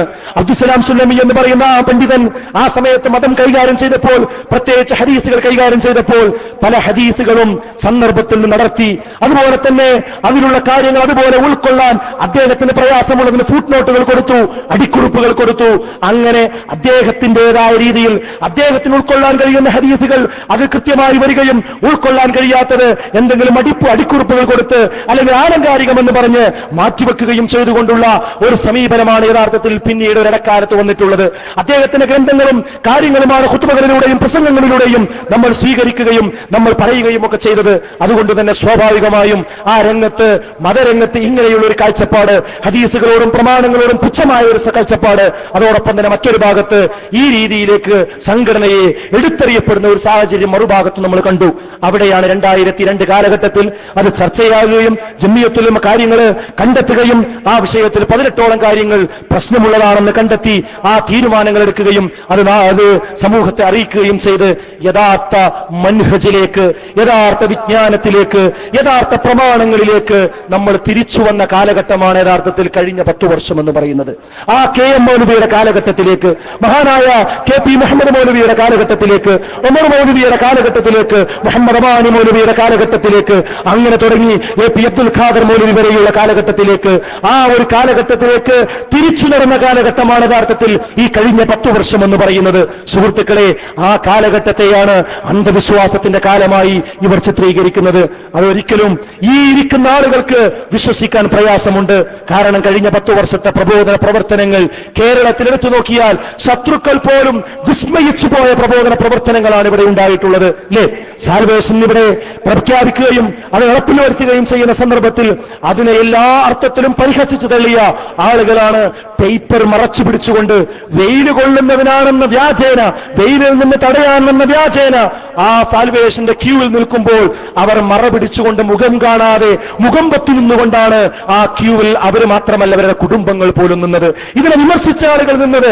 അഥവാ കേരളത്തിലെ ജാതിപതമേതമന്യേ സംഘടനാപക്ഷപാതിത്വങ്ങളില്ലാതെ കോഴിക്കോട്ടേക്കൊഴുകി, പിന്നീട് എറണാകുളത്തേക്കൊഴുകി, അതുപോലെ തന്നെ നമ്മുടെ സമ്മേളനങ്ങളിലേക്കൊഴുകി, നമ്മുടെ സംഗമങ്ങളിലേക്കൊഴുകി, അതുപോലെയുള്ള ക്യാമ്പയിനുകളിലേക്കൊഴുകി, അങ്ങനെ അവസാനം ലൈറ്റ് എക്സിബിഷൻ വരെയുള്ള അവസ്ഥകൾ, ഇതിലേക്കൊക്കെ മനുഷ്യന്മാർ വരാൻ തുടങ്ങി. സ്വാഭാവികമായും ഇതിനെ എതിർത്ത ആളുകൾക്ക് പ്രയാസങ്ങൾ ഉണ്ടായിട്ടുണ്ട്. ആ പ്രയാസങ്ങൾ തരണം ചെയ്യാൻ അവർ പിന്നീട് കണ്ടെത്തിയ ചില മാർഗങ്ങളാണ് ഇത് അന്ധവിശ്വാസത്തിന്റെ കാലമായിരുന്നു എന്ന് വരുത്തി തീർക്കുന്നതിലുള്ള പ്രചാരണങ്ങളും അതിന് ചില കൈക്രിയകളും അതിന് ചില ആളുകളെ വാടകക്കെടുത്തുകൊണ്ട് തന്നെ നമ്മുടെ കൂട്ടത്തിൽ നിന്ന് തന്നെ വാടകക്കെടുത്തുകൊണ്ട് അത്തരം അഭ്യാസങ്ങൾ ചെയ്തു. ഇന്ന് ആ വാടകക്കെടുത്ത ആ സഹോദരൻ ഇന്ന് അവരുടെ കൂടെ അവരുടെ സ്റ്റേജുകളിൽ അവരുടെ പ്രഭാഷകനായി മാറിയ സാഹചര്യമാണ് നമ്മൾ കാണുന്നത്. സുഹൃത്തുക്കളെ, ഇത് ഇങ്ങനെയൊരു തന്ത്രത്തിന്റെ ഭാഗമായി ഉണ്ടാക്കിയതാണ്. യഥാർത്ഥത്തിൽ പ്രമാണങ്ങളിലേക്കും ഈ ഒരു സലഫിയത്തിലേക്കും ശരിയായ മൻഹജിലേക്കും ആളുകൾ വരുന്നു, സത്യം മനസ്സിലാക്കുന്നു, വിഷയങ്ങൾ മനസ്സിലാക്കുന്നു, പഠിക്കുന്നു എന്ന് വന്നപ്പോൾ അതിനെയൊക്കെ അന്ധവിശ്വാസമായി ചിത്രീകരിച്ചുകൊണ്ടുള്ള ഒരു രീതിയിലേക്ക് കാര്യങ്ങൾ ഈ മടവൂരികൾ കൊണ്ടുവന്നതാണ് യഥാർത്ഥത്തിൽ ഇവിടെ ഉണ്ടായ ക്രൈസിസ് എന്ന് നമ്മൾ മനസ്സിലാക്കേണ്ടതുണ്ട്. അത് നേരത്തെ അവർ വിശദീകരിച്ചതുപോലെ കാര്യങ്ങൾ വസ്തുതയോടുകൂടി നമ്മൾ മനസ്സിലാക്കുകയാണെങ്കിൽ സുഹൃത്തുക്കളെ, ഈ വിഷയങ്ങളെ സംബന്ധിച്ചിടത്തോളം ഇതിന്റെ സത്യാവസ്ഥ ആളുകൾക്ക് ബോധ്യപ്പെടാൻ അധിക സമയം വേണ്ടതില്ല. ഇവിടെ KJയും KNMും ISMും MSMും ഒരുമിച്ചൊരേ മനസ്സോടുകൂടി മുന്നോട്ട് പോകുമ്പോൾ എല്ലാ പ്രബോധന പ്രവർത്തനങ്ങളും ശക്തമായി ഇവിടെ നടന്നു. അതുപോലെ തന്നെ ഇനി മുന്നോട്ട് പോകുമ്പോൾ അത്തരം കാര്യങ്ങൾ വളരെ നല്ല രീതിയിൽ തന്നെ നമുക്ക് മുന്നോട്ട് കൊണ്ടുപോകുവാൻ സാധിക്കും. ഒരു പോറലും ഇതിനെ ഏൽപ്പിക്കാൻ ആർക്കും കഴിയില്ല. എന്നാൽ KJയുവിന്റെ പേരിൽ, KNMന്റെ പേരിൽ, ISMന്റെ പേരിൽ, MSMന്റെ പേരിൽ ആ പേര് ദുരുപയോഗം ചെയ്ത് അത് ആ സംവിധാനങ്ങൾ ദുരുപയോഗം ചെയ്തുകൊണ്ട് ചിലരെങ്കിലും വൈകാരികമായി നാട്ടിൽ നടത്തിക്കൊണ്ടിരിക്കുന്ന ചില ശ്രമങ്ങൾ നമ്മൾ കണ്ടില്ലെന്ന് നടിക്കുന്നില്ല. സഹോദരങ്ങളെ, അതൊരിക്കലും KNMനെ അതിനെ കുറ്റം പറയരുത്, അതിനെ KJയുവിനെ കുറ്റം പറയരുത്, അതിന് ISMനെ കുറ്റം പറയരുത്, അതിന് MSMനെ കുറ്റം പറയരുത്. അതൊരിക്കലും തന്നെ നീതിയാവുകയില്ല. മറിച്ച് ഇതിനെ ദുരുപയോഗം ചെയ്യാൻ, ഇതിന്റെ സ്ഥാനങ്ങളും മാനങ്ങളും ദുരുപയോഗം ചെയ്യാൻ ആരൊക്കെ ശ്രമിച്ചാലും സുഹൃത്തുക്കളെ, അത് മുജാഹിദ് കേരളത്തെ സംബന്ധിച്ചിടത്തോളം അത് തിരിച്ചറിയാൻ പ്രയാസമുള്ള കാര്യമല്ല. കാരണം നമ്മൾ വ്യക്തികളോടൊപ്പമല്ല, നമ്മൾ അനന്തമായിട്ടല്ല കാര്യങ്ങൾ ഉൾക്കൊള്ളുന്നത്. വസ്തുതകളായി മനസ്സിലാക്കിക്കൊണ്ടാണ് നമ്മൾ വിഷയങ്ങൾ പഠിച്ച് മുന്നോട്ട് പോകുന്നത്. അതുകൊണ്ട് ഈ കാര്യങ്ങൾ സംബന്ധിച്ച് ഖുർആനിലും സുന്നത്തിലും സ്ഥിരപ്പെട്ട കാര്യങ്ങൾ അതുപോലെ സ്വീകരിക്കുവാനുള്ള ഒരു മനസ്സ് നിലനിർത്തുന്നവർക്ക് മാത്രമേ സുഹൃത്തുക്കളെ നാളെ പരലോകത്ത് രക്ഷപ്പെടുവാൻ നമുക്ക് സാധിക്കുകയുള്ളൂ എന്ന് നമ്മൾ തിരിച്ചറിയേണ്ടതുണ്ട്. ഞാൻ ദീർഘിപ്പിക്കുന്നില്ല സുഹൃത്തുക്കളെ, അവസാനിപ്പിക്കുകയാണ്. നേരത്തെ ഇവിടെ പറഞ്ഞതുപോലെ നമ്മൾ ഈ രംഗത്ത് മുന്നോട്ട് പോകുമ്പോൾ എല്ലാം ഒരു പരീക്ഷണമായി നമ്മൾ കാണേണ്ടതുണ്ട്. ഏത് കാര്യങ്ങളാകട്ടെ, ലോകത്ത് സംഭവിക്കുന്ന ഏത് കാര്യമാകട്ടെ, അതെല്ലാം നമുക്ക് ഓരോരുത്തർക്കുമുള്ള പരീക്ഷണമാണ് എന്ന് നമ്മൾ മനസ്സിലാക്കേണ്ടതുണ്ട്. അത് ഓരോരുത്തർക്കുമുള്ള പരീക്ഷണമാണ്. ആ പരീക്ഷണത്തിൽ വിജയിക്കുന്നതാരാണ്, പരാജയപ്പെടുന്നതാരാണ് എന്നാണ് അള്ളാഹു പരിശോധിക്കുന്നത്. അതുകൊണ്ട് കാര്യങ്ങൾ കേൾക്കുമ്പോൾ, ആശയക്കുഴപ്പമുണ്ടാകുമ്പോൾ അതിന്റെ വസ്തുതകളിലേക്ക് പോവുക, അതിന്റെ സ്രോതസ്സുകളിലേക്ക് പോവുക, അത് അന്വേഷിക്കുക, അത് പഠിക്കുക, മനസ്സിലാക്കുക, വികാരം മാറ്റി നിർത്തി വിചാരതലത്തിലേക്ക് വരിക, കാര്യങ്ങൾ ഉൾക്കൊണ്ട് പഠിച്ചു മുന്നോട്ട് പോകുവാൻ, വസ്തുതകളായി കണ്ട് മുന്നോട്ട് പോകാൻ തയ്യാറാകണം. ഇല്ല എങ്കിൽ വൈകാരികമായ തള്ളിച്ചയിൽ നമ്മൾ മുന്നോട്ട് പോയി ഏതെങ്കിലും രീതിയിൽ പക്ഷപാതിത്വങ്ങളിലേക്ക് പോയി നമ്മുടെ വീട്ടിൽ, നമ്മുടെ കുടുംബങ്ങളോട് തെറ്റി, മഹല്ലിൽ തമ്മിൽ തെറ്റി, മണ്ഡലത്തിൽ തെറ്റി, ശാഖകളിൽ തെറ്റി, അങ്ങോട്ടും ഇങ്ങോട്ടും തെറ്റിക്കൊണ്ട് നമ്മൾ പോവുകയാണെങ്കിൽ അത് ഈ ലോകത്ത് തന്നെ അതിന്റെ ഖേദം നമ്മൾ അനുഭവിക്കേണ്ടി വരും. പരലോകത്ത് എന്തായിരുന്നാലും ഖേദമുണ്ടാവും. സുഹൃത്തുക്കളെ, ഏതൊരു കാര്യവും സത്യത്തോട് കൂറ് പുലർത്തിക്കൊണ്ട് മാത്രമേ, നമുക്ക് ബോധ്യപ്പെടുമ്പോൾ മാത്രമേ ആ സംഗതികളെ സംബന്ധിച്ച് നമ്മൾ പറയാൻ പാടുള്ളൂ. അതുകൊണ്ട് വളരെ സൂക്ഷ്മതയോടുകൂടി, കരുതലോടുകൂടി വേണം നമ്മുടെ ദഅവാ രംഗത്ത്, പ്രബോധന രംഗത്ത് നമ്മൾ മുന്നോട്ട് പോകാൻ. എപ്പോഴാണ് അള്ളാഹു നമ്മളെ തിരിച്ചു വിളിക്കുക എന്ന് പറയാൻ നമുക്കാവില്ല. നമ്മുടെ ബഹുമാന്യനായ സുഹൃത്തിന്റെ പ്രിയപ്പെട്ട സഹോദരൻ ജാബിർ കടന്നുപോയത് നമ്മെ ഒരു കാര്യം ഓർമ്മപ്പെടുത്തിക്കൊണ്ടാണ്. ഈ പ്രസംഗിക്കുന്ന എന്നെയും കേട്ടുകൊണ്ടിരിക്കുന്ന നിങ്ങൾ ഓരോരുത്തരെയും ഒരു വലിയ കാര്യം ശക്തമായി ഓർമ്മപ്പെടുത്തിക്കൊണ്ടാണ് ജാബിർ കടന്നുപോയിട്ടുള്ളത്. അവന്റെ ശിഷ്ടകാലം, എത്ര കാലം പരലോകം പ്രസംഗിച്ചാലും, മരണത്തെക്കുറിച്ച് പ്രസംഗിച്ചാലും ആളുകൾക്ക് കിട്ടുന്നതിലേറെ വലിയൊരു മെസ്സേജ് നമുക്കത് ബാക്കി വെച്ചുകൊണ്ടാണ് ആ സുഹൃത്ത് നമ്മിൽ നിന്ന് കടന്നുപോയിട്ടുള്ളത്. അതെ, ഈ പടയോട്ടങ്ങൾക്കിടയിൽ, ഈ പോട്ടങ്ങൾക്കിടയിൽ, ഈ തിരക്കുകൾക്കിടയിൽ ഇതുപോലെ നീ പോകും കേട്ടോ, ഇതുപോലെ നിങ്ങളും പോകും കേട്ടോ എന്ന ശക്തമായ ശാസന, ശക്തമായ താക്കീത് നൽകിക്കൊണ്ടാണ് ആ സുഹൃത്ത് നമ്മിൽ നിന്ന് വേറിട്ട് പോയത്. തിങ്കളാഴ്ച 3:30 മണി സമയം, തിങ്കളാഴ്ച 3:30 മണിക്ക് എന്റെ ഫോണിലേക്ക് അവന്റെ കോൾ വരികയാണ്. അരമണിക്കൂർ ഞാൻ സംസാരിച്ചു. എനിക്ക് ക്ലാസിന്റെ സമയമായപ്പോൾ, ഞാൻ സ്കൂളിലാണെന്ന് പറഞ്ഞപ്പോൾ മഗ്രിബിന് ഞാൻ വീണ്ടും വിളിക്കും, രാത്രി മഗ്രിബിന് വിളിക്കുമെന്ന് പറഞ്ഞപ്പോൾ എനിക്ക് ഖുർആൻ ക്ലാസ് ഉണ്ടെന്ന് പറഞ്ഞു. എന്നാൽ ഖുർആൻ ക്ലാസ് കഴിഞ്ഞ് രാത്രി ഞാൻ വിളിക്കും, എന്റെ ഫോൺ എടുക്കണം, എനിക്ക് ചില കാര്യങ്ങൾ അന്വേഷിക്കാനുണ്ട്, അറിയാനുണ്ട് എന്ന് പറഞ്ഞുകൊണ്ട് ആ സുഹൃത്ത് വിളിച്ചു. ഞാൻ അതെ എന്ന് പറഞ്ഞു, മറുപടി പറഞ്ഞു. പക്ഷേ എന്റെ ഖുർആൻ ക്ലാസ് കഴിഞ്ഞ് വരുമ്പോൾ പിന്നീട് തിരുവനന്തപുരത്ത് നിന്ന് ഷാജി എന്ന് പറയുന്ന എന്റെ സഹഭാരവാഹി വിളിക്കുന്നത് ഈ പ്രിയപ്പെട്ട സഹോദരന്റെ മരണവാർത്തയെ അറിയിച്ചുകൊണ്ടാണ്. ഞാൻ രാത്രി വിളിക്കുമെന്ന് പറഞ്ഞ ആ ശബ്ദം പിന്നീട് കേൾക്കാനില്ല. സുഹൃത്തുക്കളെ, ഇതാണ് ജീവിതമെന്ന് പറയുന്നത്. നമ്മൾ ഇതാ ഇന്ന് ഖബറിലാണ് ജാബിർ. കേരളത്തിലെ മുഴുവൻ ഇസ്ലാഹി പ്രവർത്തകന്മാരുടെയും പ്രാർത്ഥന കിട്ടി, അവരുടെ നമസ്കാരം കിട്ടി. ആ സഹോദരൻ നമ്മിൽ നിന്ന് വിടവാങ്ങി. അവൻ അറിഞ്ഞുകൊണ്ടെന്തെങ്കിലും, അറിഞ്ഞോ അറിയാതെയോ എന്തെങ്കിലും തെറ്റുകുറ്റങ്ങൾ വന്നു പോയിട്ടുണ്ടെങ്കിൽ അള്ളാഹു ആ സുഹൃത്തിന് വിട്ടുപുറത്ത് മാപ്പാക്കി കൊടുക്കുമാറാകട്ടെ. സുഹൃത്തുക്കളെ, അവരെ സംബന്ധിച്ചിടത്തോളം അള്ളാഹുവിലേക്ക് മടങ്ങി അവർ സമാധാനത്തിലാണ്, സ്വസ്ഥതയിലാണ്. ഇതുപോലെ നമ്മളും പോകുമ്പോ, നമ്മൾ വീഴുമ്പോൾ, നമ്മളുടെ ശ്വാസം നിലക്കുമ്പോൾ ഞാൻ അസത്യം പറഞ്ഞിട്ടില്ല, ഞാൻ അധർമ്മം ചെയ്തിട്ടില്ല, ഞാൻ ആർക്കെങ്കിലും വേഷം കെട്ടി ആടിയിട്ടില്ല, ആരെങ്കിലും എന്നെ തെറ്റിദ്ധരിപ്പിച്ചതിന്റെ പേരിൽ വാളെടുത്തവരല്ല ഞാൻ എന്നുറപ്പിച്ചു പറയാൻ, മനസ്സമാധാനത്തോടുകൂടി ലോകത്തോട് വിട പറയാൻ നമുക്ക് ഓരോരുത്തർക്കും സുഹൃത്തുക്കളെ സാധിക്കേണ്ടതുണ്ട്. ഒരു വലിയ മെസ്സേജ്, വലിയൊരു സന്ദേശം ഇതിലൂടെ നമ്മൾ വായിക്കേണ്ടതുണ്ട്. ഇങ്ങനെ ഇത്രയുള്ളൂ ജീവിതം എന്ന് പറയുന്നത്, അല്ലേ?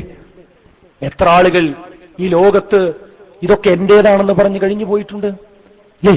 മുഗൾ ചക്രവർത്തിമാർ ഭരിച്ച ഒരു കാലഘട്ടം വടക്കേ ഇന്ത്യയിൽ പോയാൽ നമുക്ക് ഇപ്പോഴും ഞെടുക്കത്തോടുകൂടി മാത്രമേ ആ ബിൽഡിംഗിലേക്ക് പോകും. എല്ലാവരും പോകും. സുഹൃത്തുക്കളെ, കാലം മാറി വരും. 2002 നിങ്ങൾക്ക് ഓർമ്മയില്ലേ? ആ കാലഘട്ടത്തിൽ എന്തൊക്കെ വറഹ്മത്തുള്ളാഹി വബറകാതുഹു. അൽഹംദുലില്ലാഹിൽ വാഹിദിൽ ഖഹാർ.